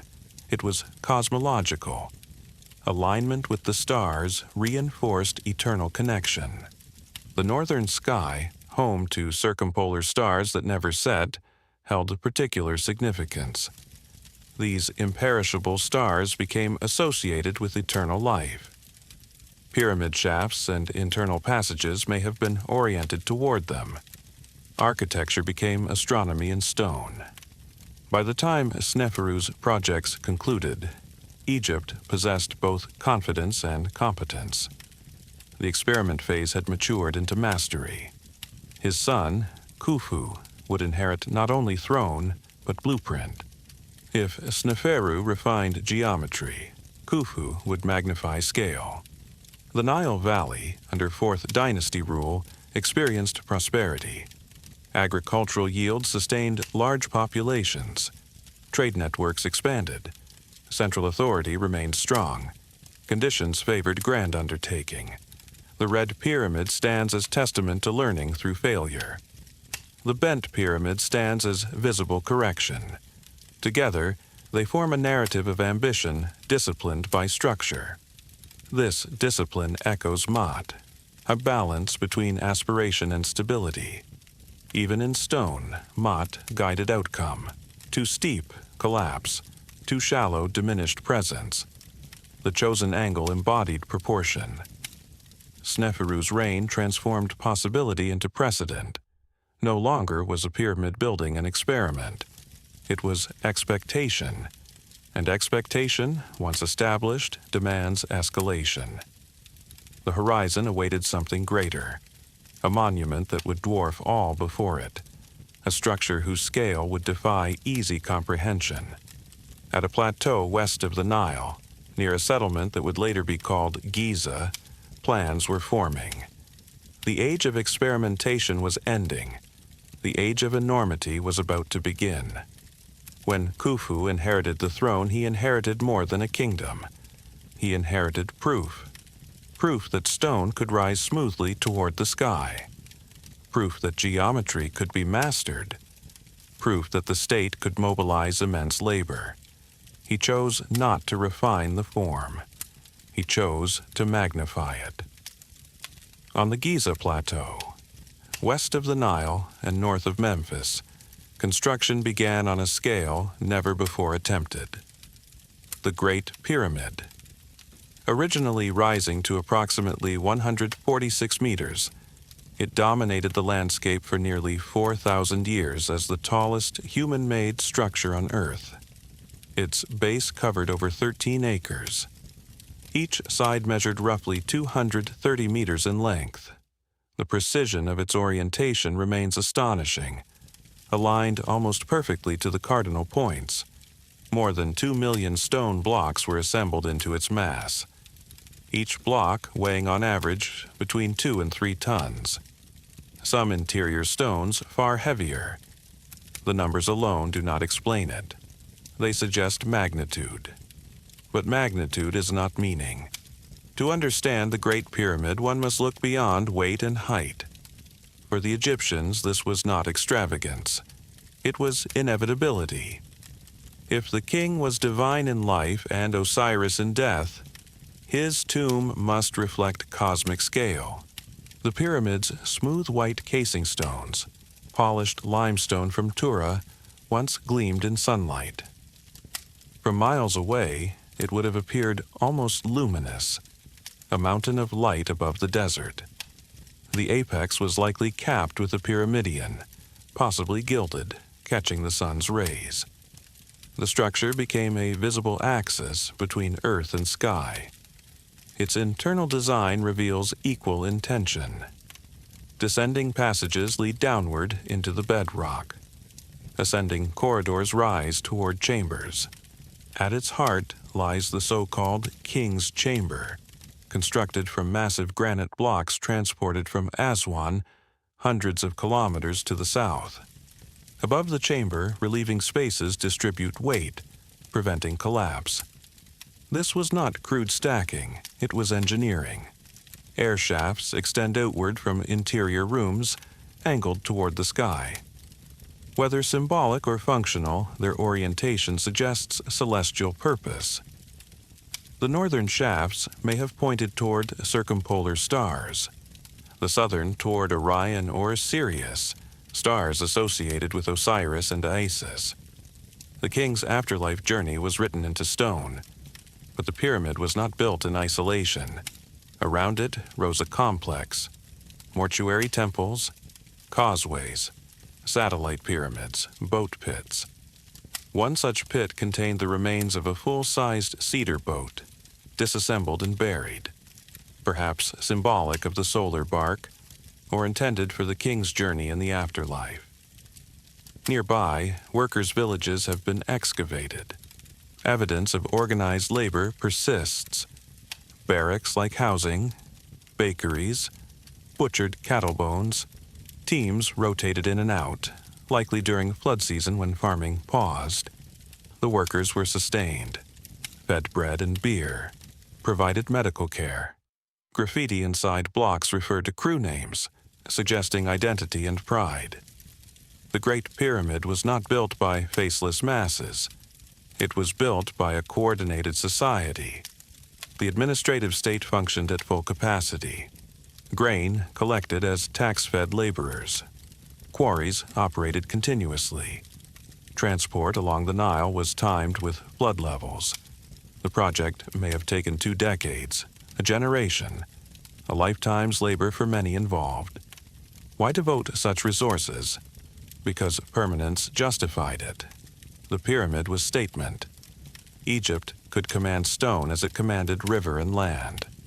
Khufu's reign is less documented in narrative sources than in architectural evidence. Later traditions sometimes portray him harshly, as demanding or severe. Yet monumental construction does not imply cruelty alone. It implies control. It implies vision.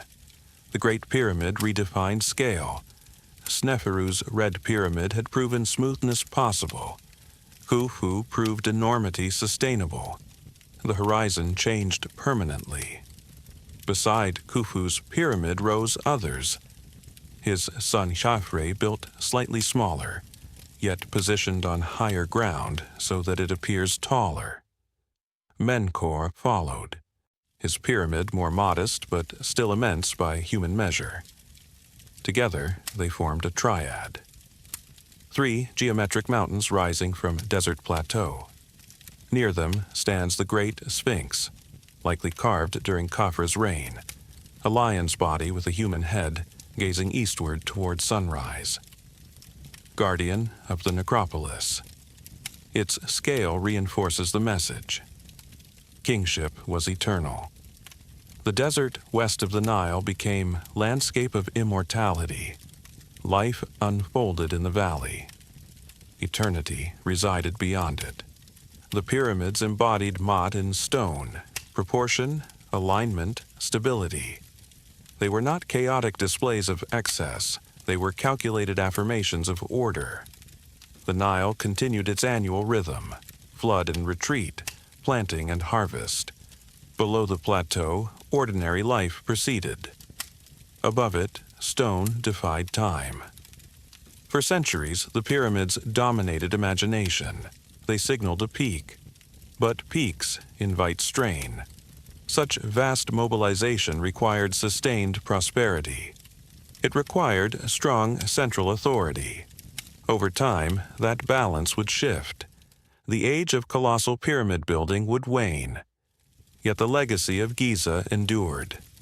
The Great Pyramid remains a testament not only to power, but to coordination, to belief, to a civilization convinced that stone could outlast mortality.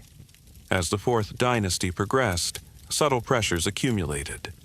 Regional governors gained influence. Resources stretched thinner, and the golden age of pyramid construction would not last forever. But for a moment in history, at Giza, human ambition and cosmic vision aligned almost perfectly. From a distance, the pyramids appear solitary, mountains of geometry rising from sand, but no monument builds itself. Behind every block lifted, behind every angle aligned, stood human hands. For centuries, myths imagined endless chains of slaves dragging stones under whips. The evidence tells a quieter story. Excavations near Giza have revealed workers' villages, organized settlements with housing, bakeries, breweries, and storage areas. These were not prison camps. They were planned communities. Labor was likely seasonal. During the months when the Nile flooded fields, farmers could not plant or harvest.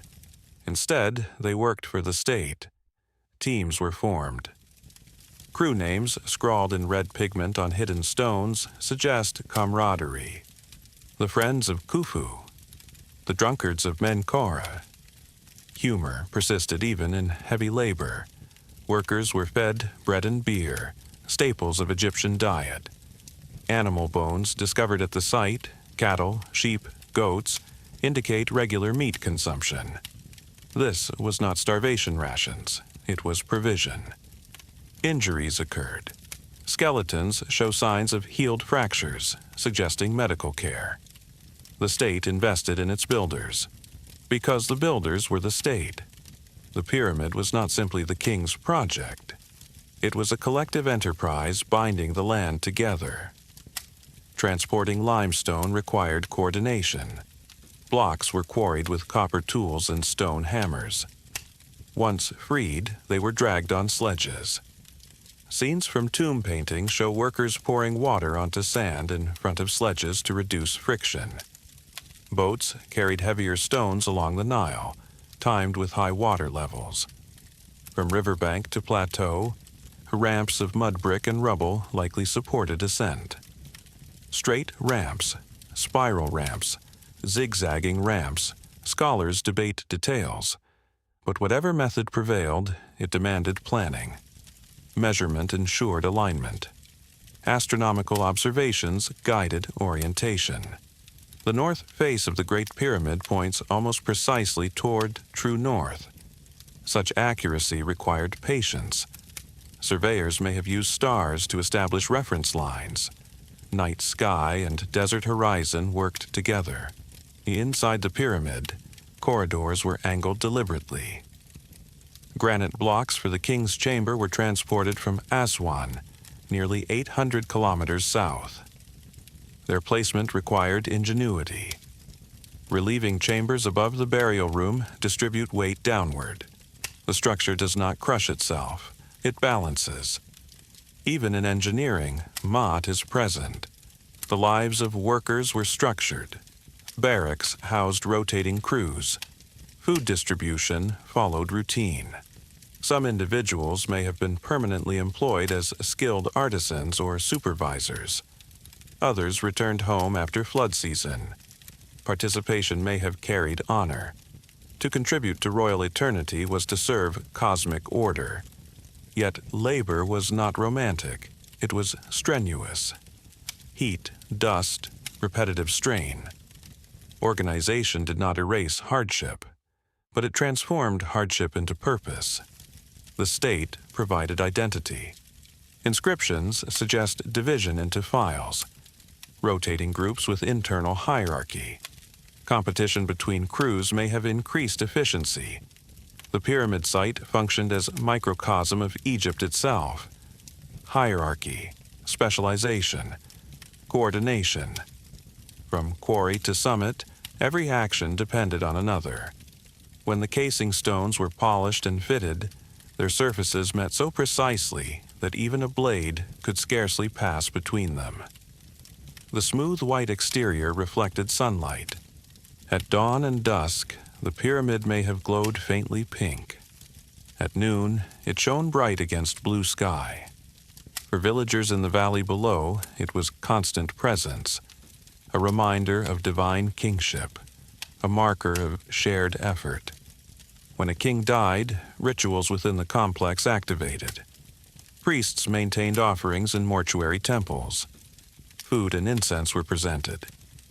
The pyramid was not empty shell. It was a focal point of cult. Generations of priests served in rotation, a maintaining connection between living and dead ruler.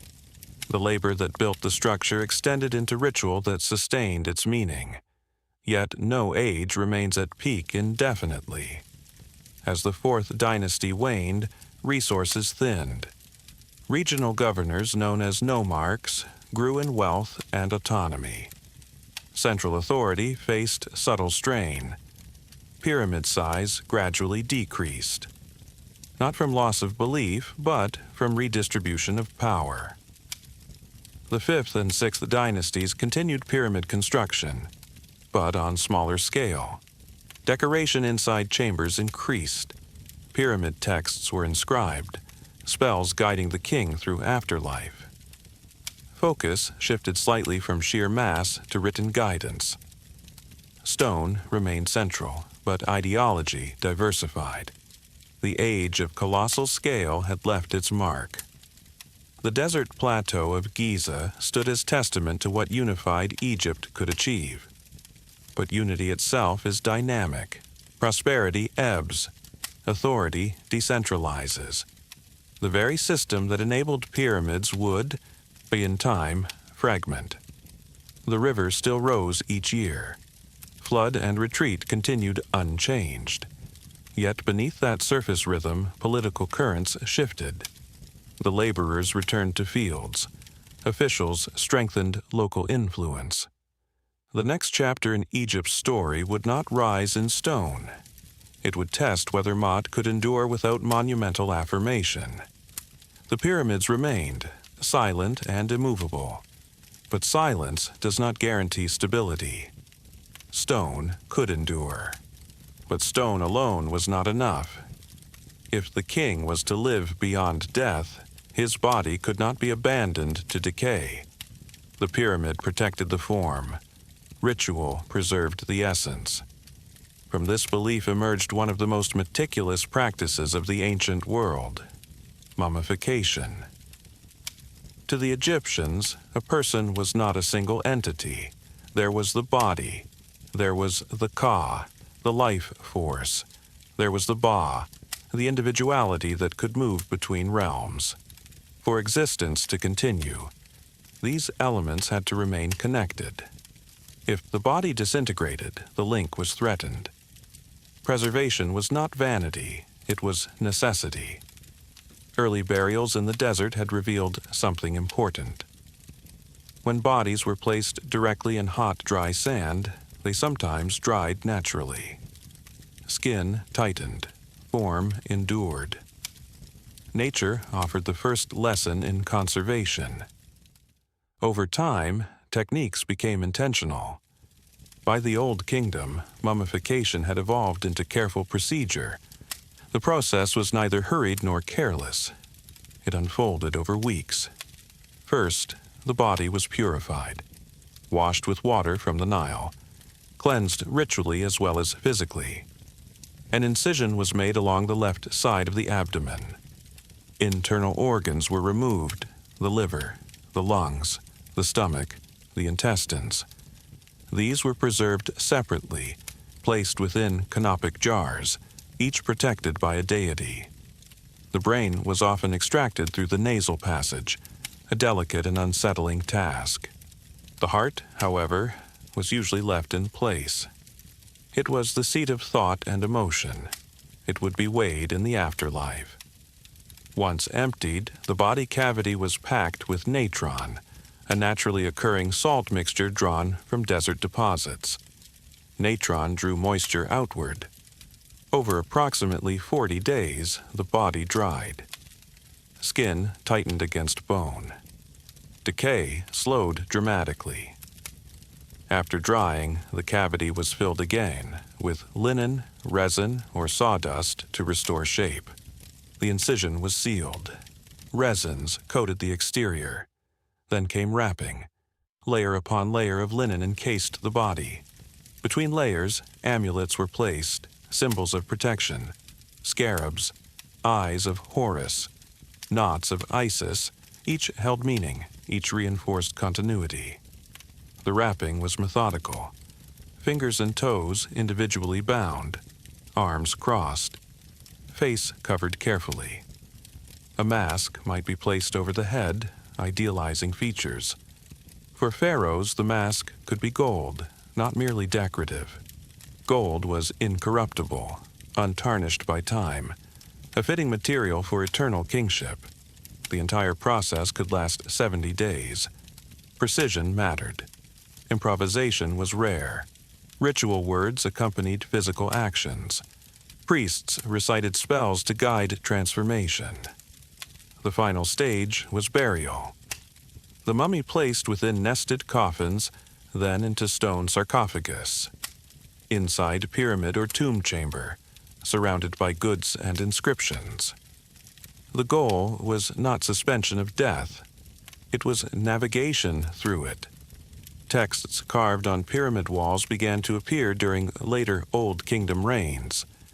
These pyramid texts contained utterances to assist the king's ascent, instructions for passing gates, names of guardians, declarations of identity. The written word reinforced ritual. If architecture provided space, text provided direction.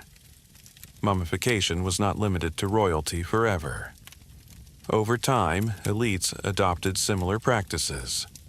Eventually, even commoners aspired to preservation. Belief diffused downward. The idea of afterlife democratized slowly. But in the Old Kingdom, the pyramid and mummy were inseparable. Stone preserved authority. Linen preserved flesh. Both served the same aim, continuity. Yet preservation required resources.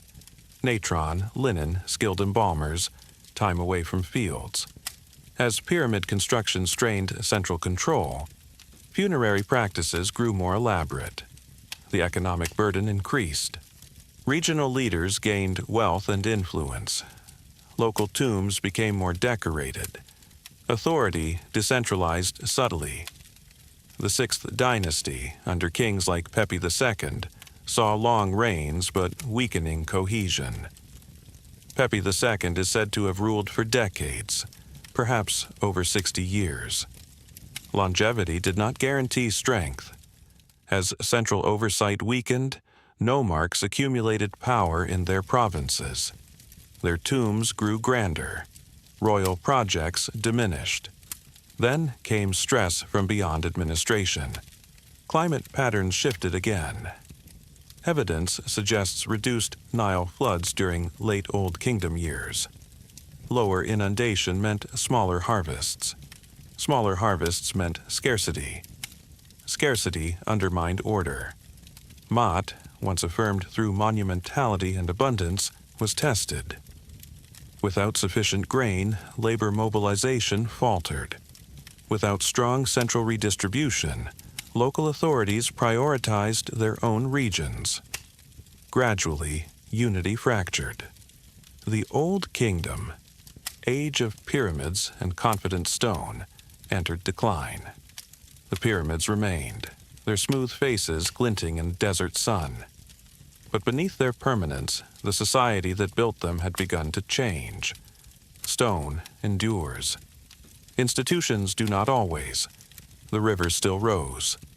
Flood and retreat continued. Yet the political harmony that had enabled colossal ambition was loosening. The next era would not be defined by monumental scale. It would be defined by fragmentation.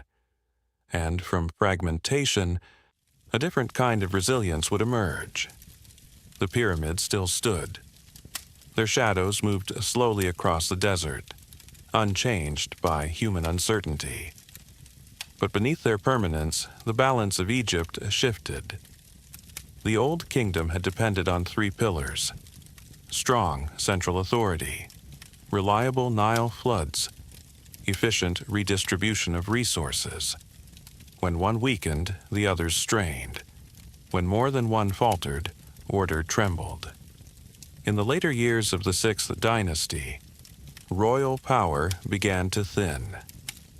Long reigns, such as that attributed to Pepi II, may have created stability at first, but over time extended rule can blur succession.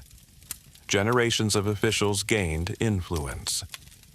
Regional governors, the nomarchs, became entrenched in their provinces.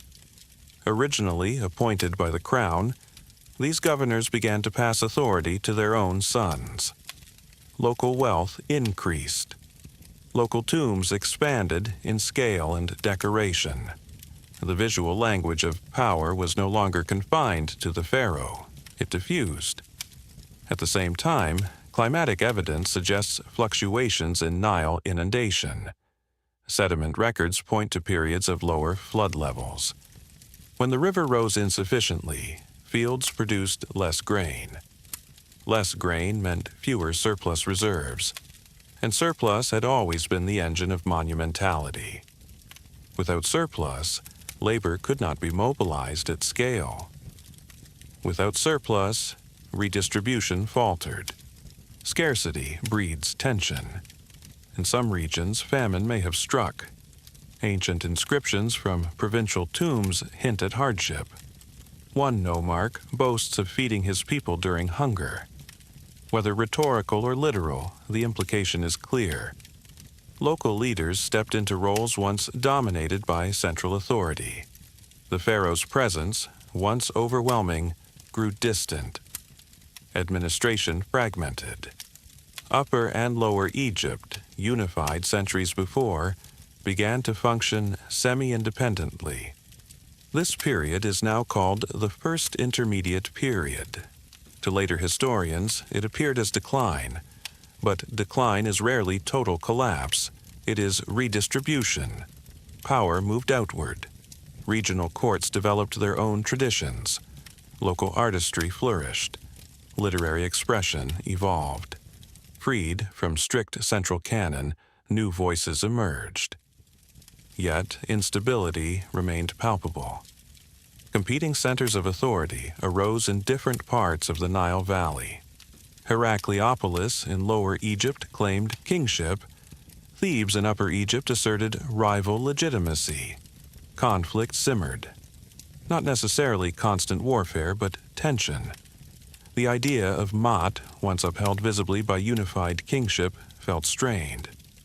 Texts from later periods describe this era as one in which social boundaries blurred. Whether exaggerated or not, the narrative emphasizes disorder, the poor becoming powerful, the powerful humbled. Chaos, in Egyptian imagination, always lingered at the edges of order. Now it seemed closer, and yet the Nile still rose. Flood and retreat continued. Agriculture did not vanish. Villages persisted. Life endured. The pyramids remained as reminders of former unity. But monumental construction ceased. No colossal new structures rose during this time. Resources were insufficient. Coordination lacking. Instead, attention shifted inward. Personal piety deepened. In earlier eras, the afterlife had been royal privilege. Now, belief in posthumous judgment expanded beyond kingship. The coffin texts began to appear, adaptations of earlier pyramid texts for non-royal individuals. Access to eternity widened. In fragmentation, religion democratized. The idea that the heart would be weighed against Maat was no longer confined to the pharaoh. Ordinary elites embraced moral accountability. In this sense, the weakening of central authority broadened spiritual participation. The political map remained unstable. Rival dynasties claimed legitimacy. But from Upper Egypt and Thebes, a new line of rulers gathered strength. They presented themselves not merely as conquerors, but as restorers. Restorers of unity, restorers of balance.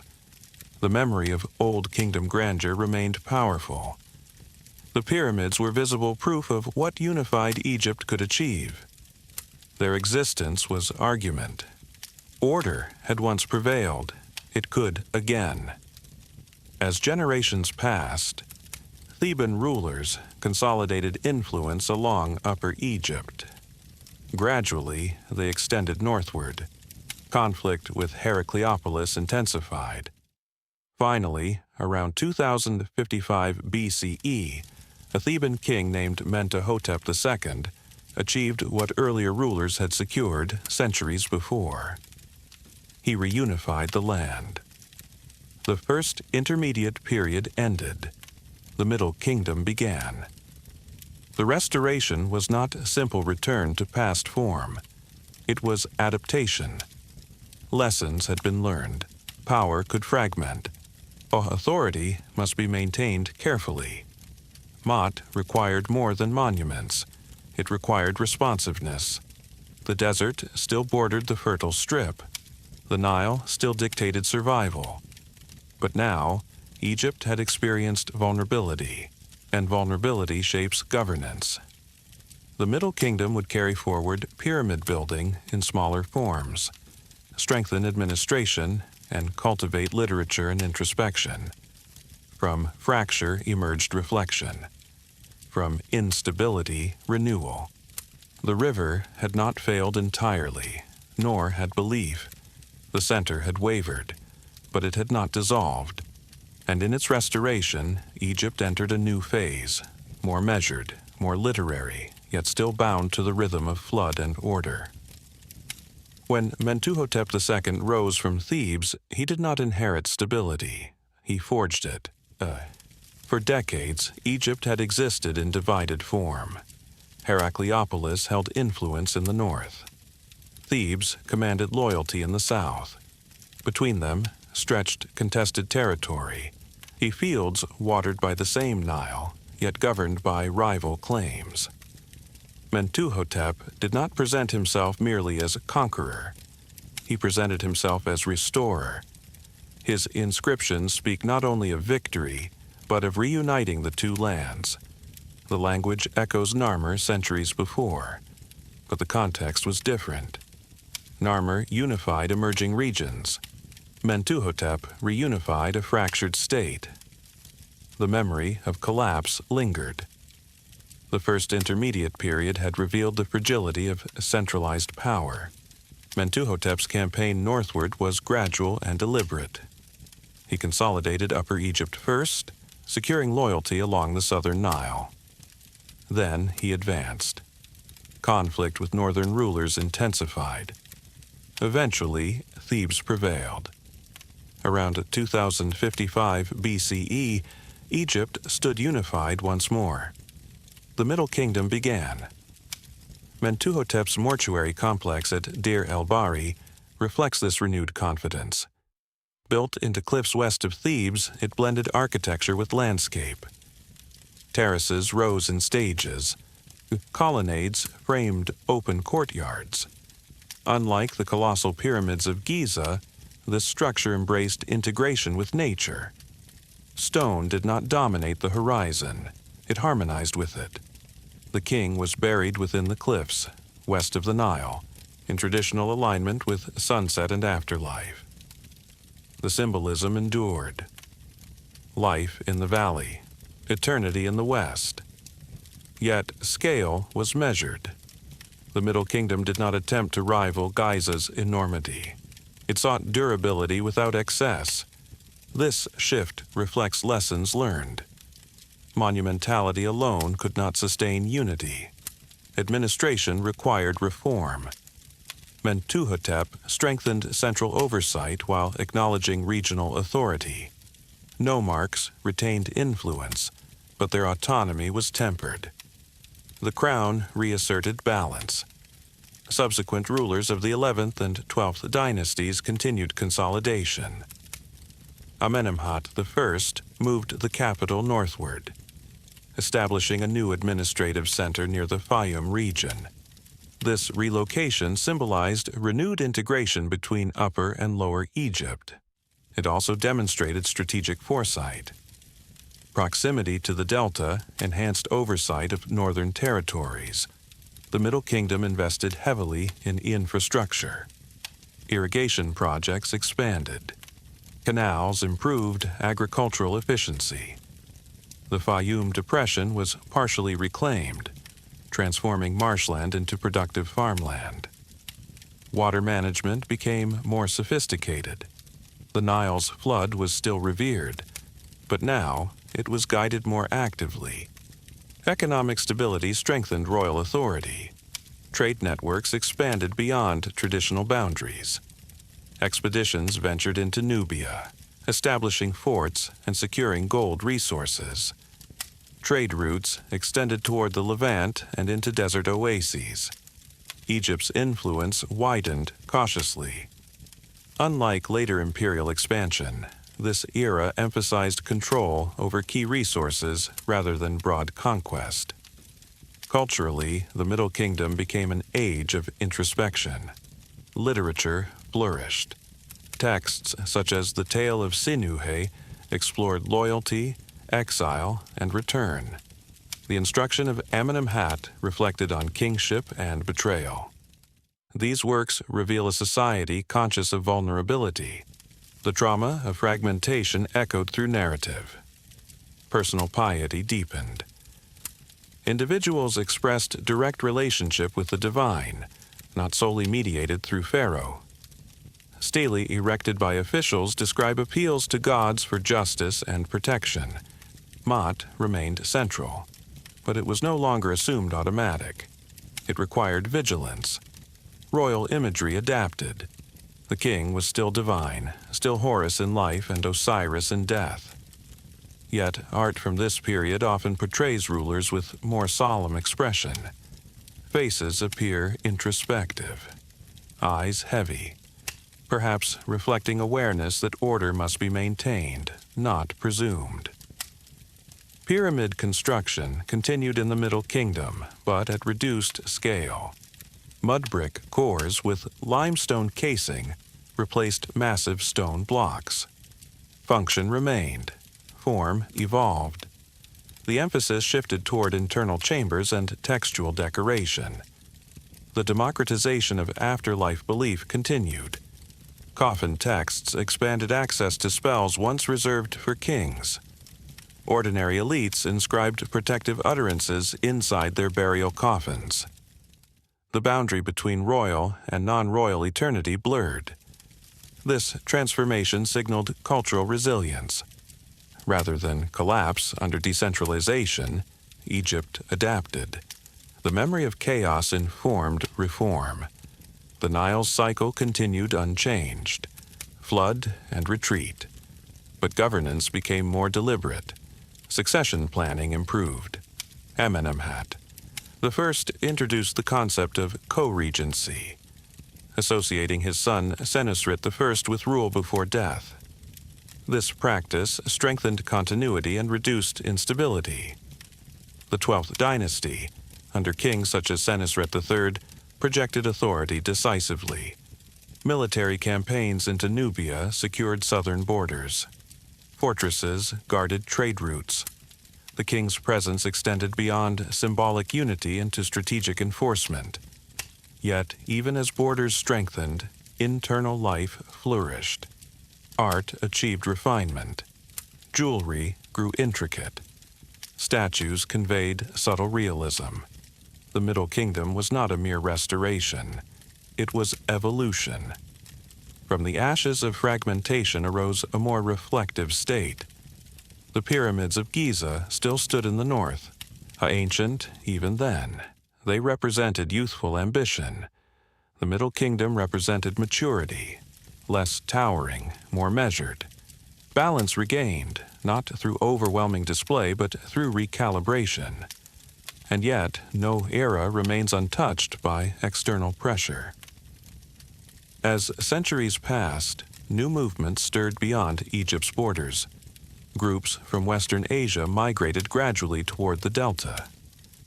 At first, they were traders, then settlers. The balance would shift again.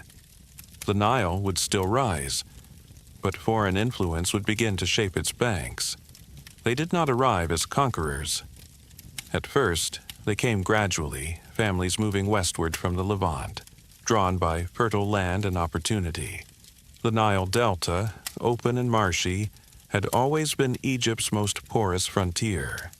Trade passed through it. Ideas entered quietly. Foreign merchants settled among Egyptians, bringing new pottery styles, new burial customs, new names.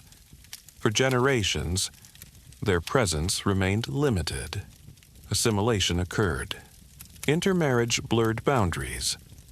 But as central authority weakened toward the end of the Middle Kingdom, control over the Delta loosened. Administrative oversight thinned. Succession disputes unsettled stability, and in that vulnerability, influence consolidated. These Western Asiatic groups eventually established political authority in the northern delta. Egyptian texts would later call them the Hyksos, a term derived from Hekakasut, meaning rulers of foreign lands. The name carries tone of distance. They were not Egyptians. Yet they adopted Egyptian titles. They ruled from Avaris, a city in the eastern delta. There, they built palaces and temples in hybrid style, part Egyptian, part Near Eastern. The Hyksos did not erase Egyptian culture. They adapted it. They worshipped Egyptian gods, sometimes equating their own deities with local ones. But their rise marked rupture. For the first time, foreign rulers governed a portion of Egypt. In Upper Egypt, native dynasties continued to rule from Thebes. The country was divided again. But this time, division carried different weight. The Hyksos possessed military technology that Egypt had not yet fully integrated. They introduced the horse and chariot, composite bows with greater range and force, improved metal weaponry. These innovations reshaped warfare. What had once been infantry-based conflict now required mobility and speed. For Egyptians in Thebes, this was shock. Foreign kings in the north, advanced weaponry, political fragmentation. Yet history shows that shock often stimulates adaptation. The Theban rulers did not surrender permanently. They observed, they learned, they adopted chariot technology. They refined their own military organization. Over decades, tension intensified. One Theban king, Sekenenretau, is believed to have died violently, his skull bearing wounds consistent with battle. His successors continued resistance. Kamose and finally Ahmose I pressed northward. The conflict culminated in expulsion. Around 1550 BCE, Ahmose captured Avaris. The Hyksos were driven from the delta. Egypt stood unified again. But this reunification differed from previous restorations. It carried memory of foreign domination. It carried awareness of external threat. The experience transformed Egypt's posture. No longer would the kingdom remain inward-looking. The new kingdom would emerge with expansionist energy. The trauma of occupation had recalibrated ambition. The Hyksos period, often called the Second Intermediate Period, was not mere interruption. It was catalyst. Military reform accelerated. Fortification strengthened. Diplomacy extended beyond borders. Culturally, Egypt absorbed foreign influences into its own synthesis. Technologies once foreign became Egyptian. The chariot, once symbol of outsider power, became emblem of royal dominance. The Hyksos episode also reinforced identity. Egyptians reasserted devotion to traditional gods. They emphasized divine kingship as guarantor of unity.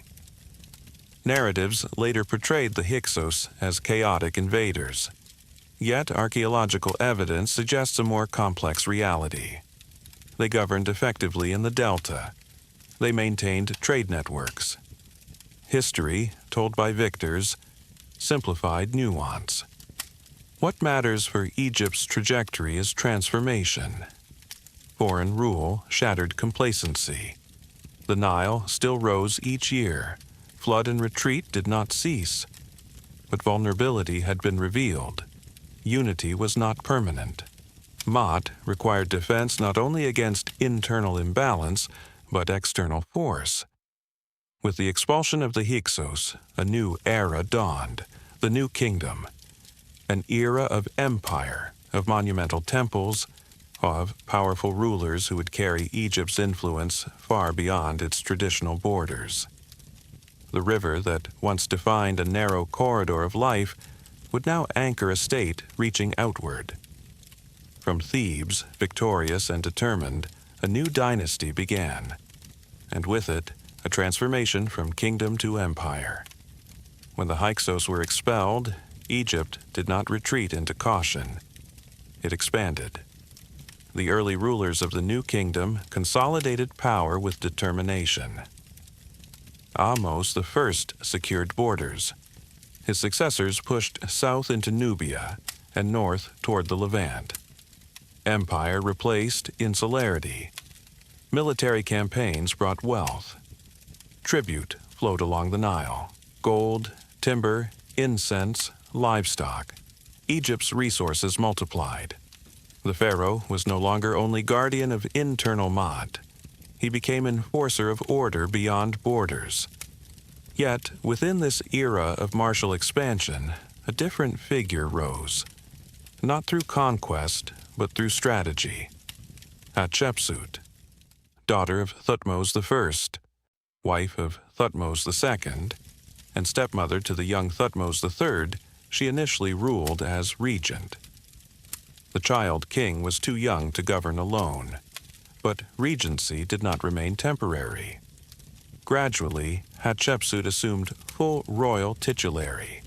She declared herself pharaoh. This was unprecedented, though not entirely without precedent in lesser forms. Queens had influenced power before, but to take full kingship, with all its divine implications, required innovation. Hatshepsut did not deny tradition. She embraced it. In official imagery, she is often depicted wearing the false beard of kingship. Her statues show masculine regalia, not because she denied her identity, but because kingship was coded visually. To rule effectively, she entered established form. In inscriptions, she emphasized divine legitimacy. Claims were made that the god Amun had chosen her, that her birth itself was divinely sanctioned.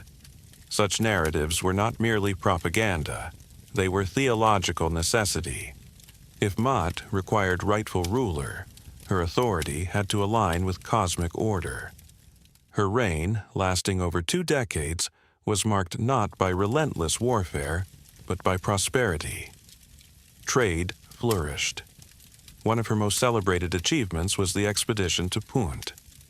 This mysterious land, likely along the Red Sea coast of Africa, supplied incense, myrrh trees, exotic animals. Reliefs at her mortuary temple depict the voyage in detail. Ships loaded with goods, foreign landscapes rendered with care. The emphasis is not conquest, it is exchange. Hatshepsut's temple at Deir el-Bahri mirrors the elegance of Mentuhotep's complex nearby, but on grander scale. Terraces ascend in symmetry. Colonnades frame the cliffs. The structure seems carved from the mountain itself. It harmonizes rather than dominates. Art from her reign is refined. Statues show composed expression, proportion and grace balanced. Her rule suggests a different dimension of power: stability without constant warfare, expansion through diplomacy and trade. Yet her position was always delicate. Thutmose III, once child, grew to maturity. When he eventually ruled independently, he would become one of Egypt's greatest military leaders. After Hatshepsut's death, her memory was partially obscured, her cartouches chiseled from monuments, her statues defaced. This was not immediate vengeance. It occurred years later, perhaps to reinforce male lineage, perhaps to simplify succession narrative. But erasure never fully succeeds. Her temple still stands. Her reliefs still speak. History remembers. Hatshepsut's reign reveals flexibility within Egyptian kingship. Tradition could stretch without breaking. Maat was not rigid. It could accommodate unexpected form if balance endured. Her administration maintained prosperity. Her building projects expanded Amun's cult at Karnak. The Theban priesthood gained influence. This relationship between crown and temple would grow increasingly significant. As wealth accumulated, so too did institutional power. Religion and politics intertwined deeply. When Thutmose III took full command, the pendulum shifted again. Military campaigns intensified. Egypt projected authority across Syria and into Nubia. Empire reached peak. But Hatshepsut's interlude reminds us that strength need not always roar. Sometimes it consolidates quietly. The Nile continued its rhythm. Flood and retreat. Fields greened and dried. Under her reign, Egypt prospered. Under her successors, it would conquer. The new kingdom was not monolithic. It contained variety. It held tension between temple and throne, between expansion and internal balance. And within that tension, another transformation approached. For even at height of empire, belief itself would be challenged. A pharaoh would soon attempt to redefine the divine, and in doing so, test the limits of Maat. When Hatshepsut's reign ended, Thutmose III stepped fully into power. If her rule had emphasized stability and trade, his would emphasize expansion. He did not dismantle what she built. He extended it. Thutmose III inherited a kingdom already strong. Gold flowed from Nubia. The temples of Amun flourished. The army was organized and equipped. But beyond Egypt's northeastern frontier, coalitions were forming. City-states in the Levant, long accustomed to shifting allegiances, tested Egyptian authority. Thutmose responded decisively. One of his earliest and most famous campaigns led him to Megiddo. The terrain was difficult. Mountain passes narrowed into risky routes. Advisors urged caution. They recommended the longer, safer path. Thutmose chose the narrow pass. Surprise became strategy. His army emerged unexpectedly before the enemy coalition. The battle ended in Egyptian victory. Megiddo became emblem of calculated boldness. Campaign after campaign followed. 17 major expeditions are recorded in temple reliefs. Each year, when the Nile flood limited agricultural labor, the army marched north. Cities were subdued, tributes secured. Egypt's influence extended deep into Syria. Rather than annex every territory directly, Thutmose installed loyal rulers and demanded hostages, often sons of local elites. These youths were raised in Egypt, educated in its language and customs. When they returned home, they ruled with Egyptian allegiance, empire through integration.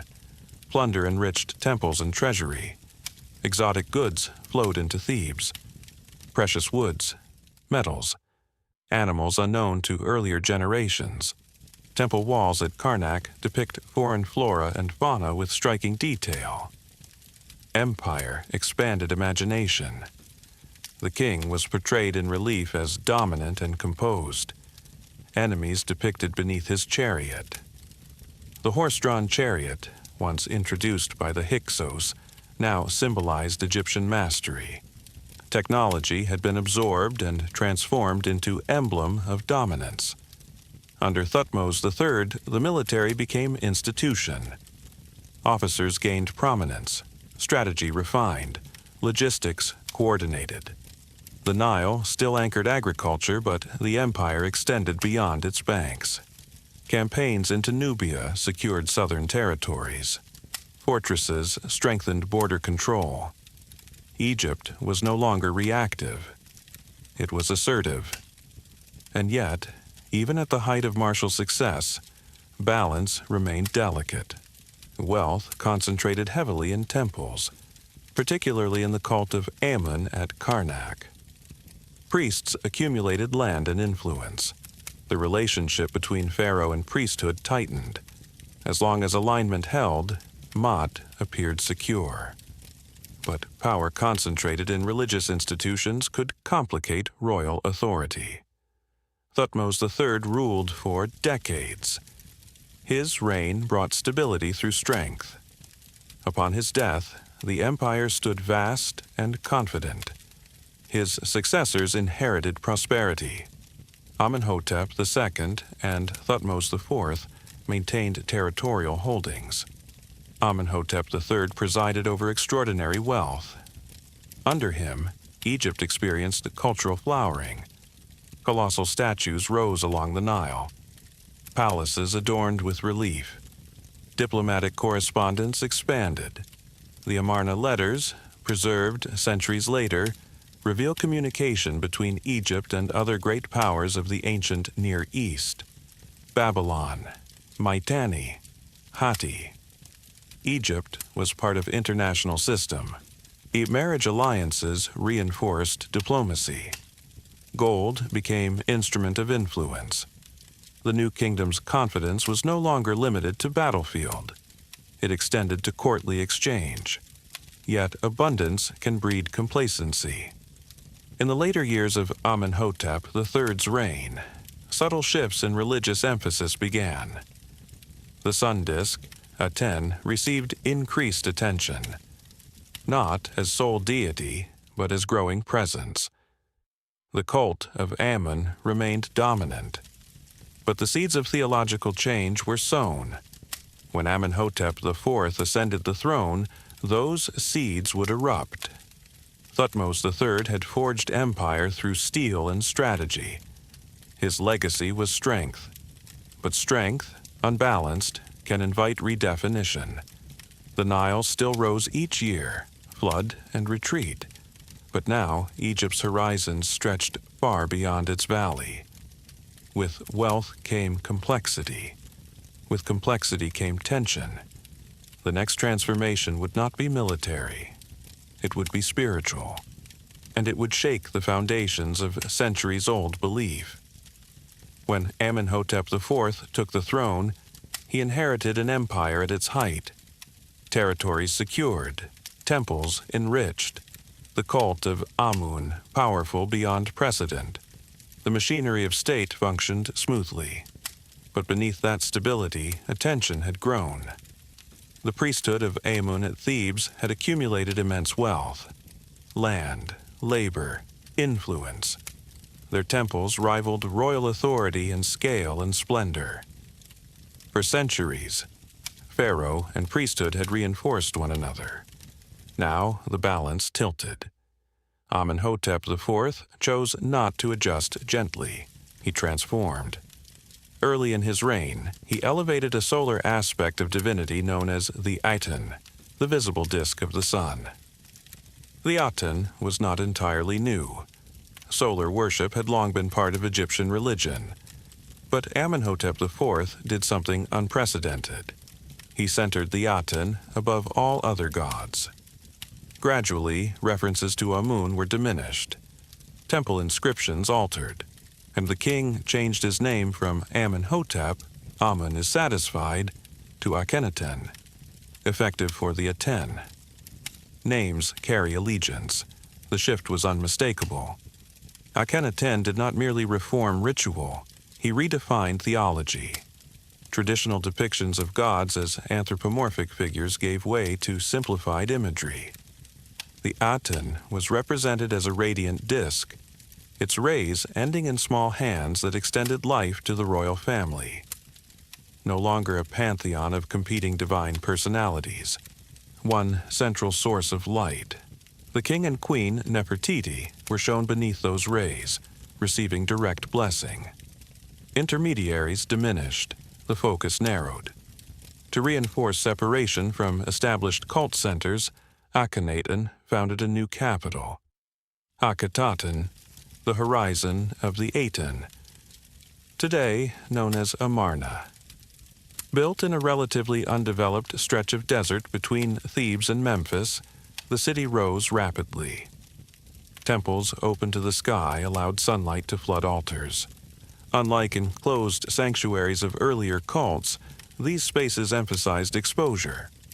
Light itself was sacred. Art changed dramatically. The traditional rigid proportions softened, figures elongated, faces depicted with striking naturalism. Royal scenes showed intimacy. Akhenaten and Nefertiti holding hands, kissing their daughters. Domestic tenderness replaced stiff formality. This artistic revolution paralleled theological shift. Yet, revolution invites resistance. The suppression of Amun's cult disrupted entrenched institutions. Priests displaced, temples closed or defaced. Economic networks tied to old cults were destabilized. International diplomacy faltered. Letters from foreign vassals preserved later plead for assistance against encroaching enemies. Egypt's military response weakened. The empire's outer edges strained. Akhenaten's focus remained inward. Devotion to Aten consumed court life. Was it monotheism? Perhaps not in strict modern sense. Other gods were not always entirely erased, but they were marginalized. The Aten became supreme. The king positioned himself as sole intermediary between humanity and light. Such concentration of spiritual authority centralized power in theory, but in practice it isolated the crown. When religious identity shifts rapidly, cultural memory resists. After roughly 17 years of rule, Akhenaten died. His immediate successors remain obscure. Names flicker in record. Instability returned. The capital at Akhetaten, once vibrant, was abandoned within years. Traditional cults were restored.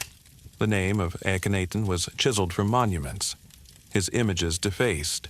Amarna dismantled gradually, its stones reused elsewhere. History often punishes deviation from norm. Yet the experiment left trace. It demonstrated elasticity of Egyptian thought.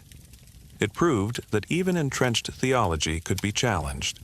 And the next king to emerge would attempt reconciliation.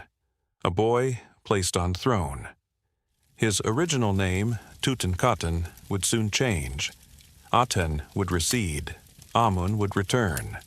The Nile continued its rhythm, flood and retreat. Sunlight still touched fields each morning.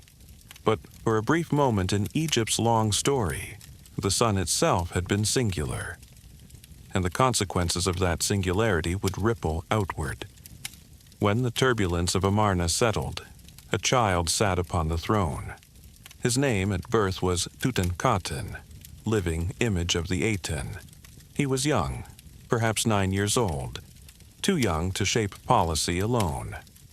Advisors guided him. Court officials steadied the kingdom. But the direction was clear. The experiment had ended. Within a few years, his name changed.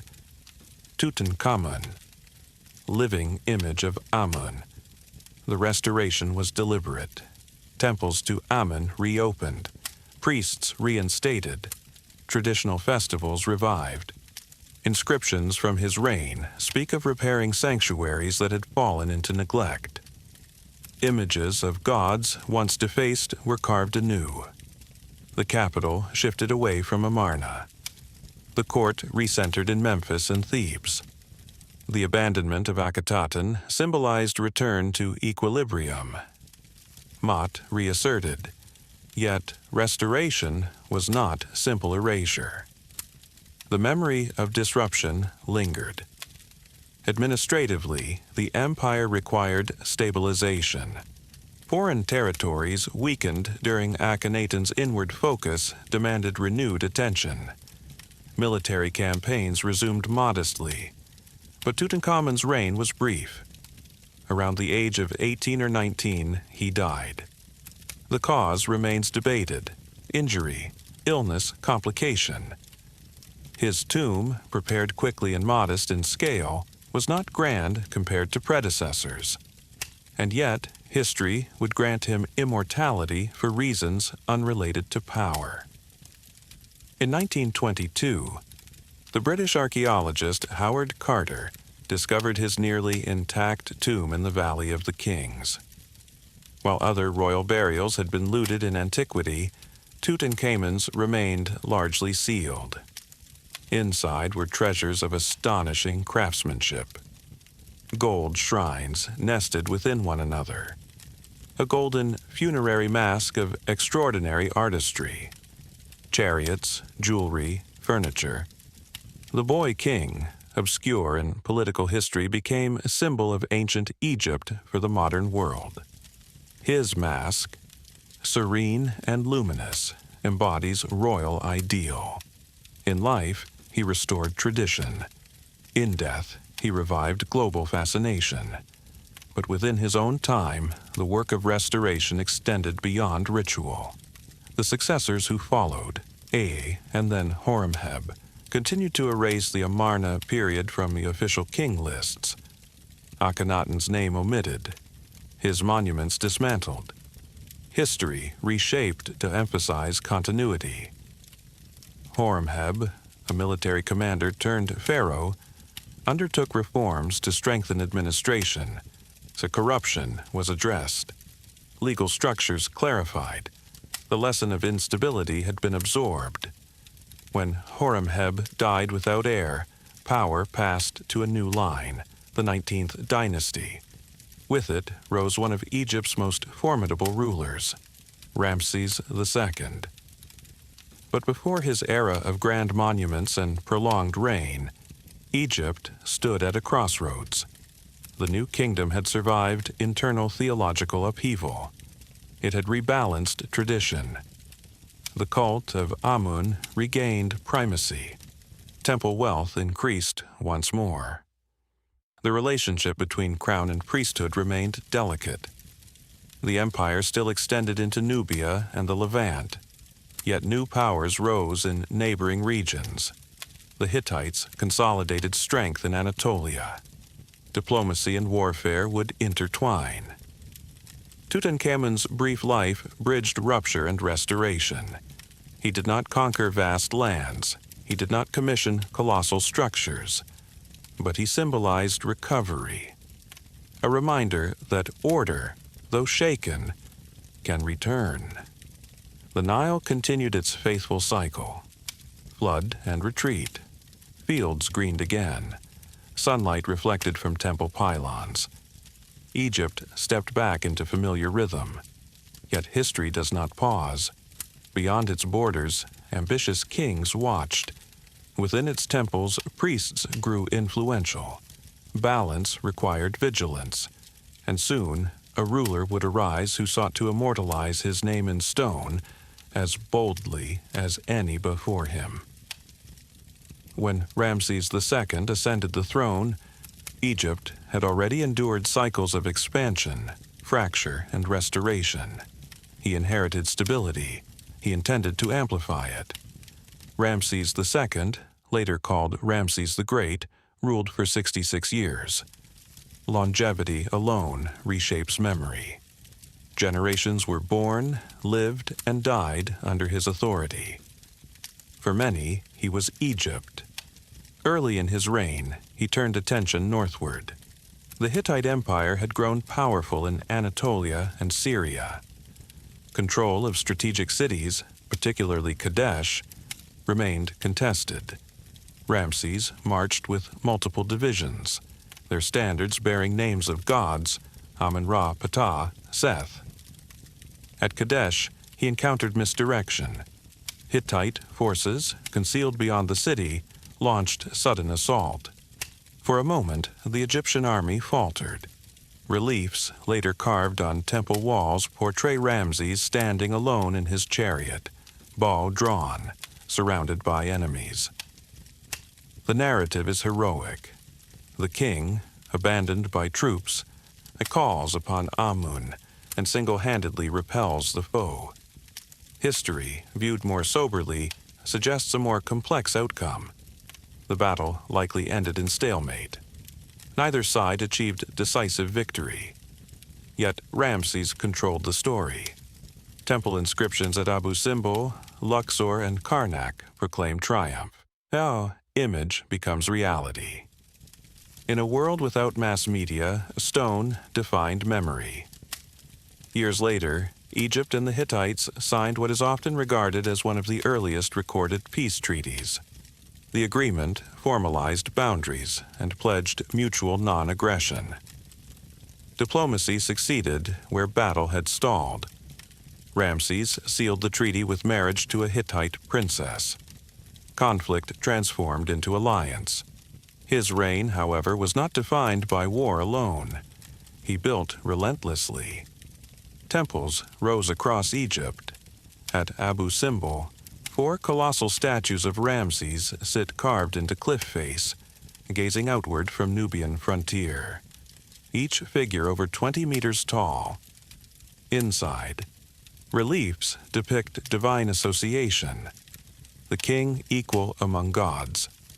At Pyrameses in the Delta, he established a new capital. Grand halls, obelisks. Statues repeated his likeness. Cartouches bearing his name proliferated across monuments, sometimes even carved over earlier kings' works.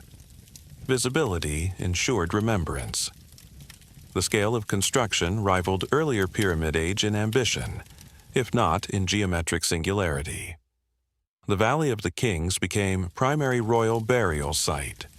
Ramses' tomb extended deep into desert rock, its corridors decorated with funerary texts. Afterlife preparation remained elaborate.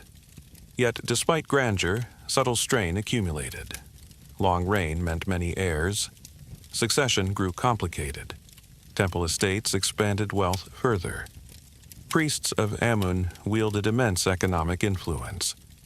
Toward the end of Ramses' life, records mention labor unrest. At Deir el-Medina, workers responsible for royal tombs staged what is often considered the first recorded labor strike. Delayed rations triggered protest. Even in Golden Reign, resources stretched thin. Ramses died in old age. His body later moved repeatedly to protect from tomb robbers. Ironically, despite monumental effort to secure eternity, his resting place was disturbed in antiquity. His mummy survives today, bearing signs of arthritis and age. A powerful ruler, yet unmistakably human. After Ramses II, Egypt's strength gradually waned. Successors lacked comparable authority. Foreign pressures increased. The Sea Peoples attacked coastal regions. Internal cohesion weakened. The empire contracted. Temples still stood. Colossi still faced sunrise. But scale alone could not halt decline. The illusion of permanence, so carefully carved in stone, proved fragile. The Nile still rose. Flood and retreat. But external forces multiplied. Assyrians expanded in Mesopotamia. Later, Persians advanced westward. Egypt would resist, but its days as dominant empire were numbered. Ramses the Great embodied apex. His monuments assert confidence, his reliefs proclaim victory. Yet beneath their grandeur lies reminder. Eternity is aspiration. History is movement. stone endures, power shifts, and the river flows on. After Ramses II, Egypt did not collapse overnight. Decline is rarely dramatic at first. It arrives gradually.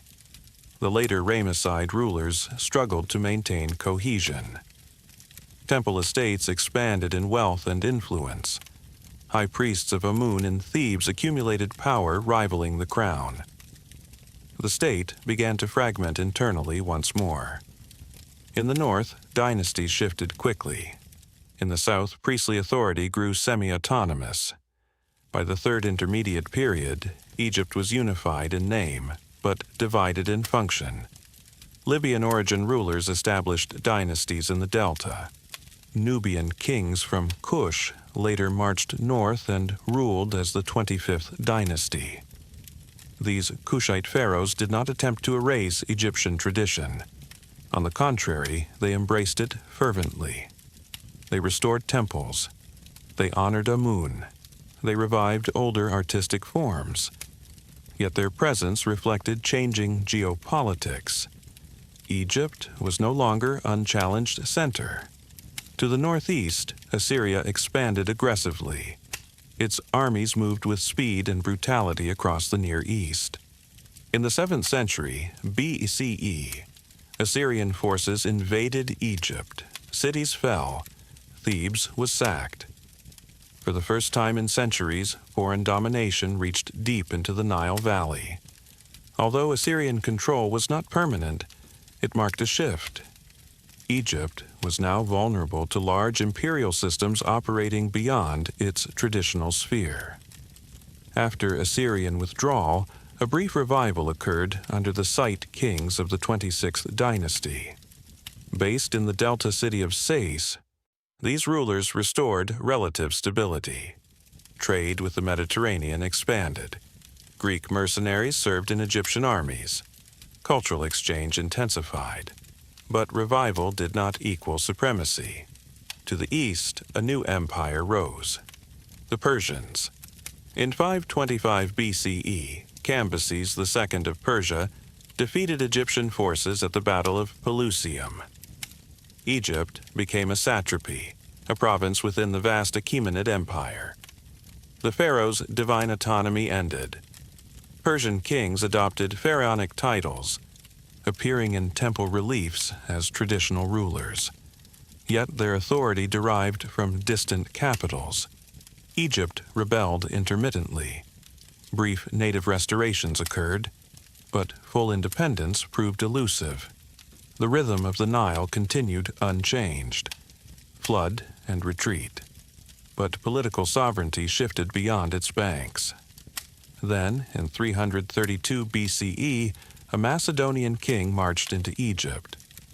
Alexander III, known to history as Alexander the Great. Unlike Persian rulers, Alexander was welcomed. He presented himself as liberator from Persian control. At Memphis, he was crowned pharaoh. He journeyed west into the desert to the oracle of Amun at Siwa. There, he was proclaimed the son of the god. Divine kingship adapted once again. Alexander did not remain long. He pressed eastward toward further conquest, but he founded a city on Egypt's Mediterranean coast, Alexandria. Strategically positioned between Nile and sea, it would become center of Hellenistic culture. After Alexander's death in 323 BCE, his empire fractured among generals. Egypt fell to one of them, Ptolemy. Thus began the Ptolemaic dynasty, Greek in origin, yet ruling as pharaohs. They adopted Egyptian regalia. They honored traditional gods.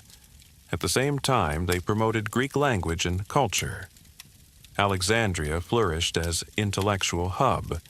The great library was established. Scholars gathered from across Mediterranean world. Greek philosophy mingled with Egyptian cosmology. Science advanced. Mathematics, astronomy, medicine, knowledge circulated through scroll-lined halls. Yet duality persisted.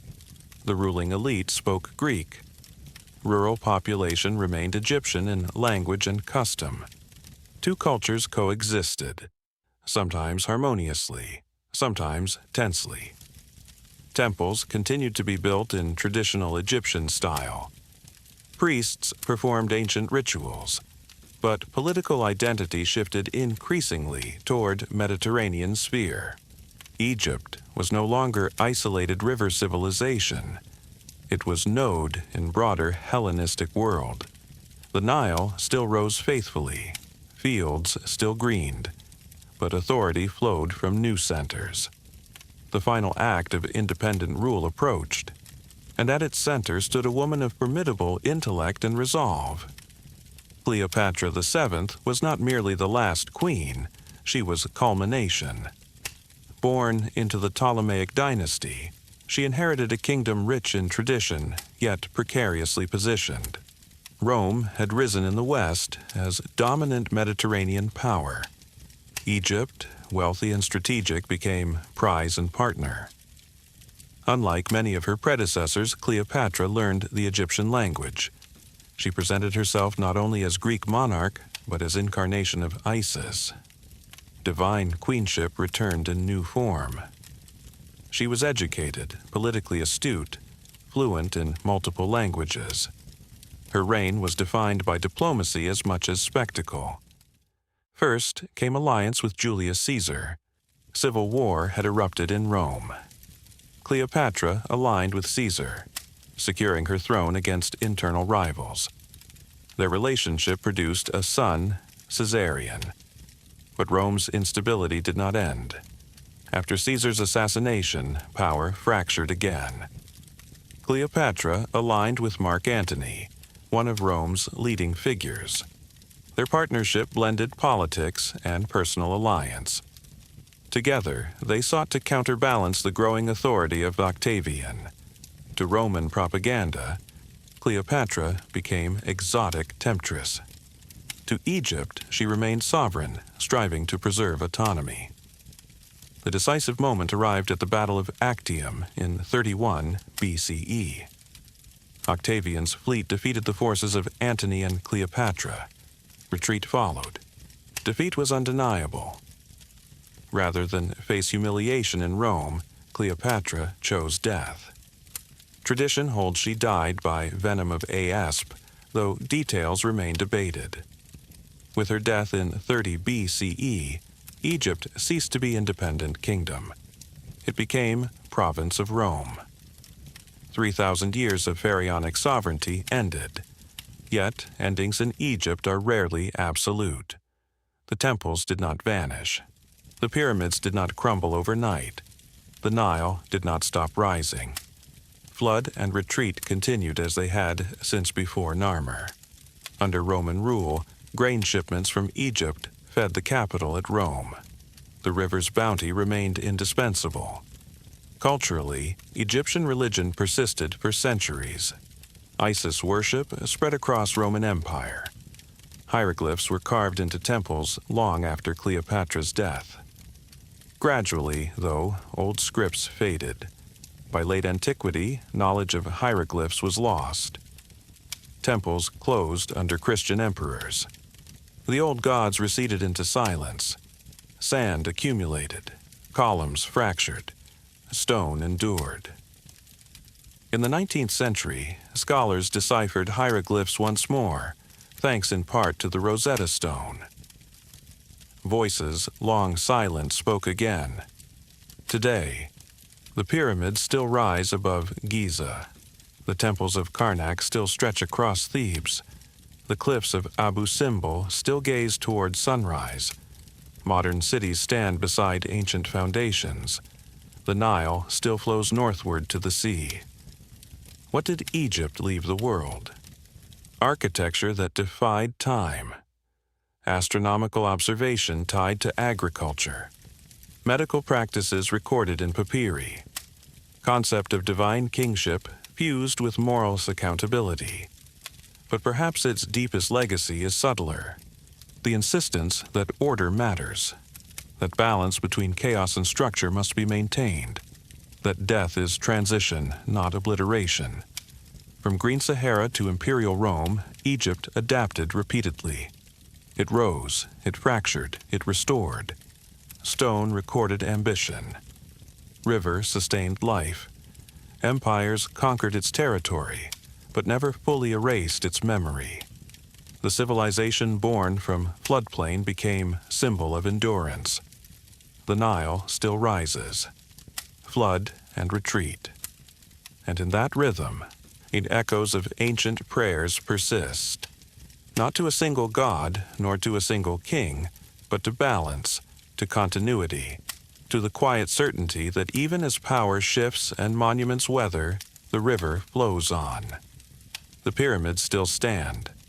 Wind moves across their stone as it did thousands of years ago. Empires have risen and fallen around them. Languages have shifted. Borders have redrawn themselves countless times. Yet the Nile still flows. It does not remember the names of kings. It does not pause for monuments. Each year it rises. Each year it retreats.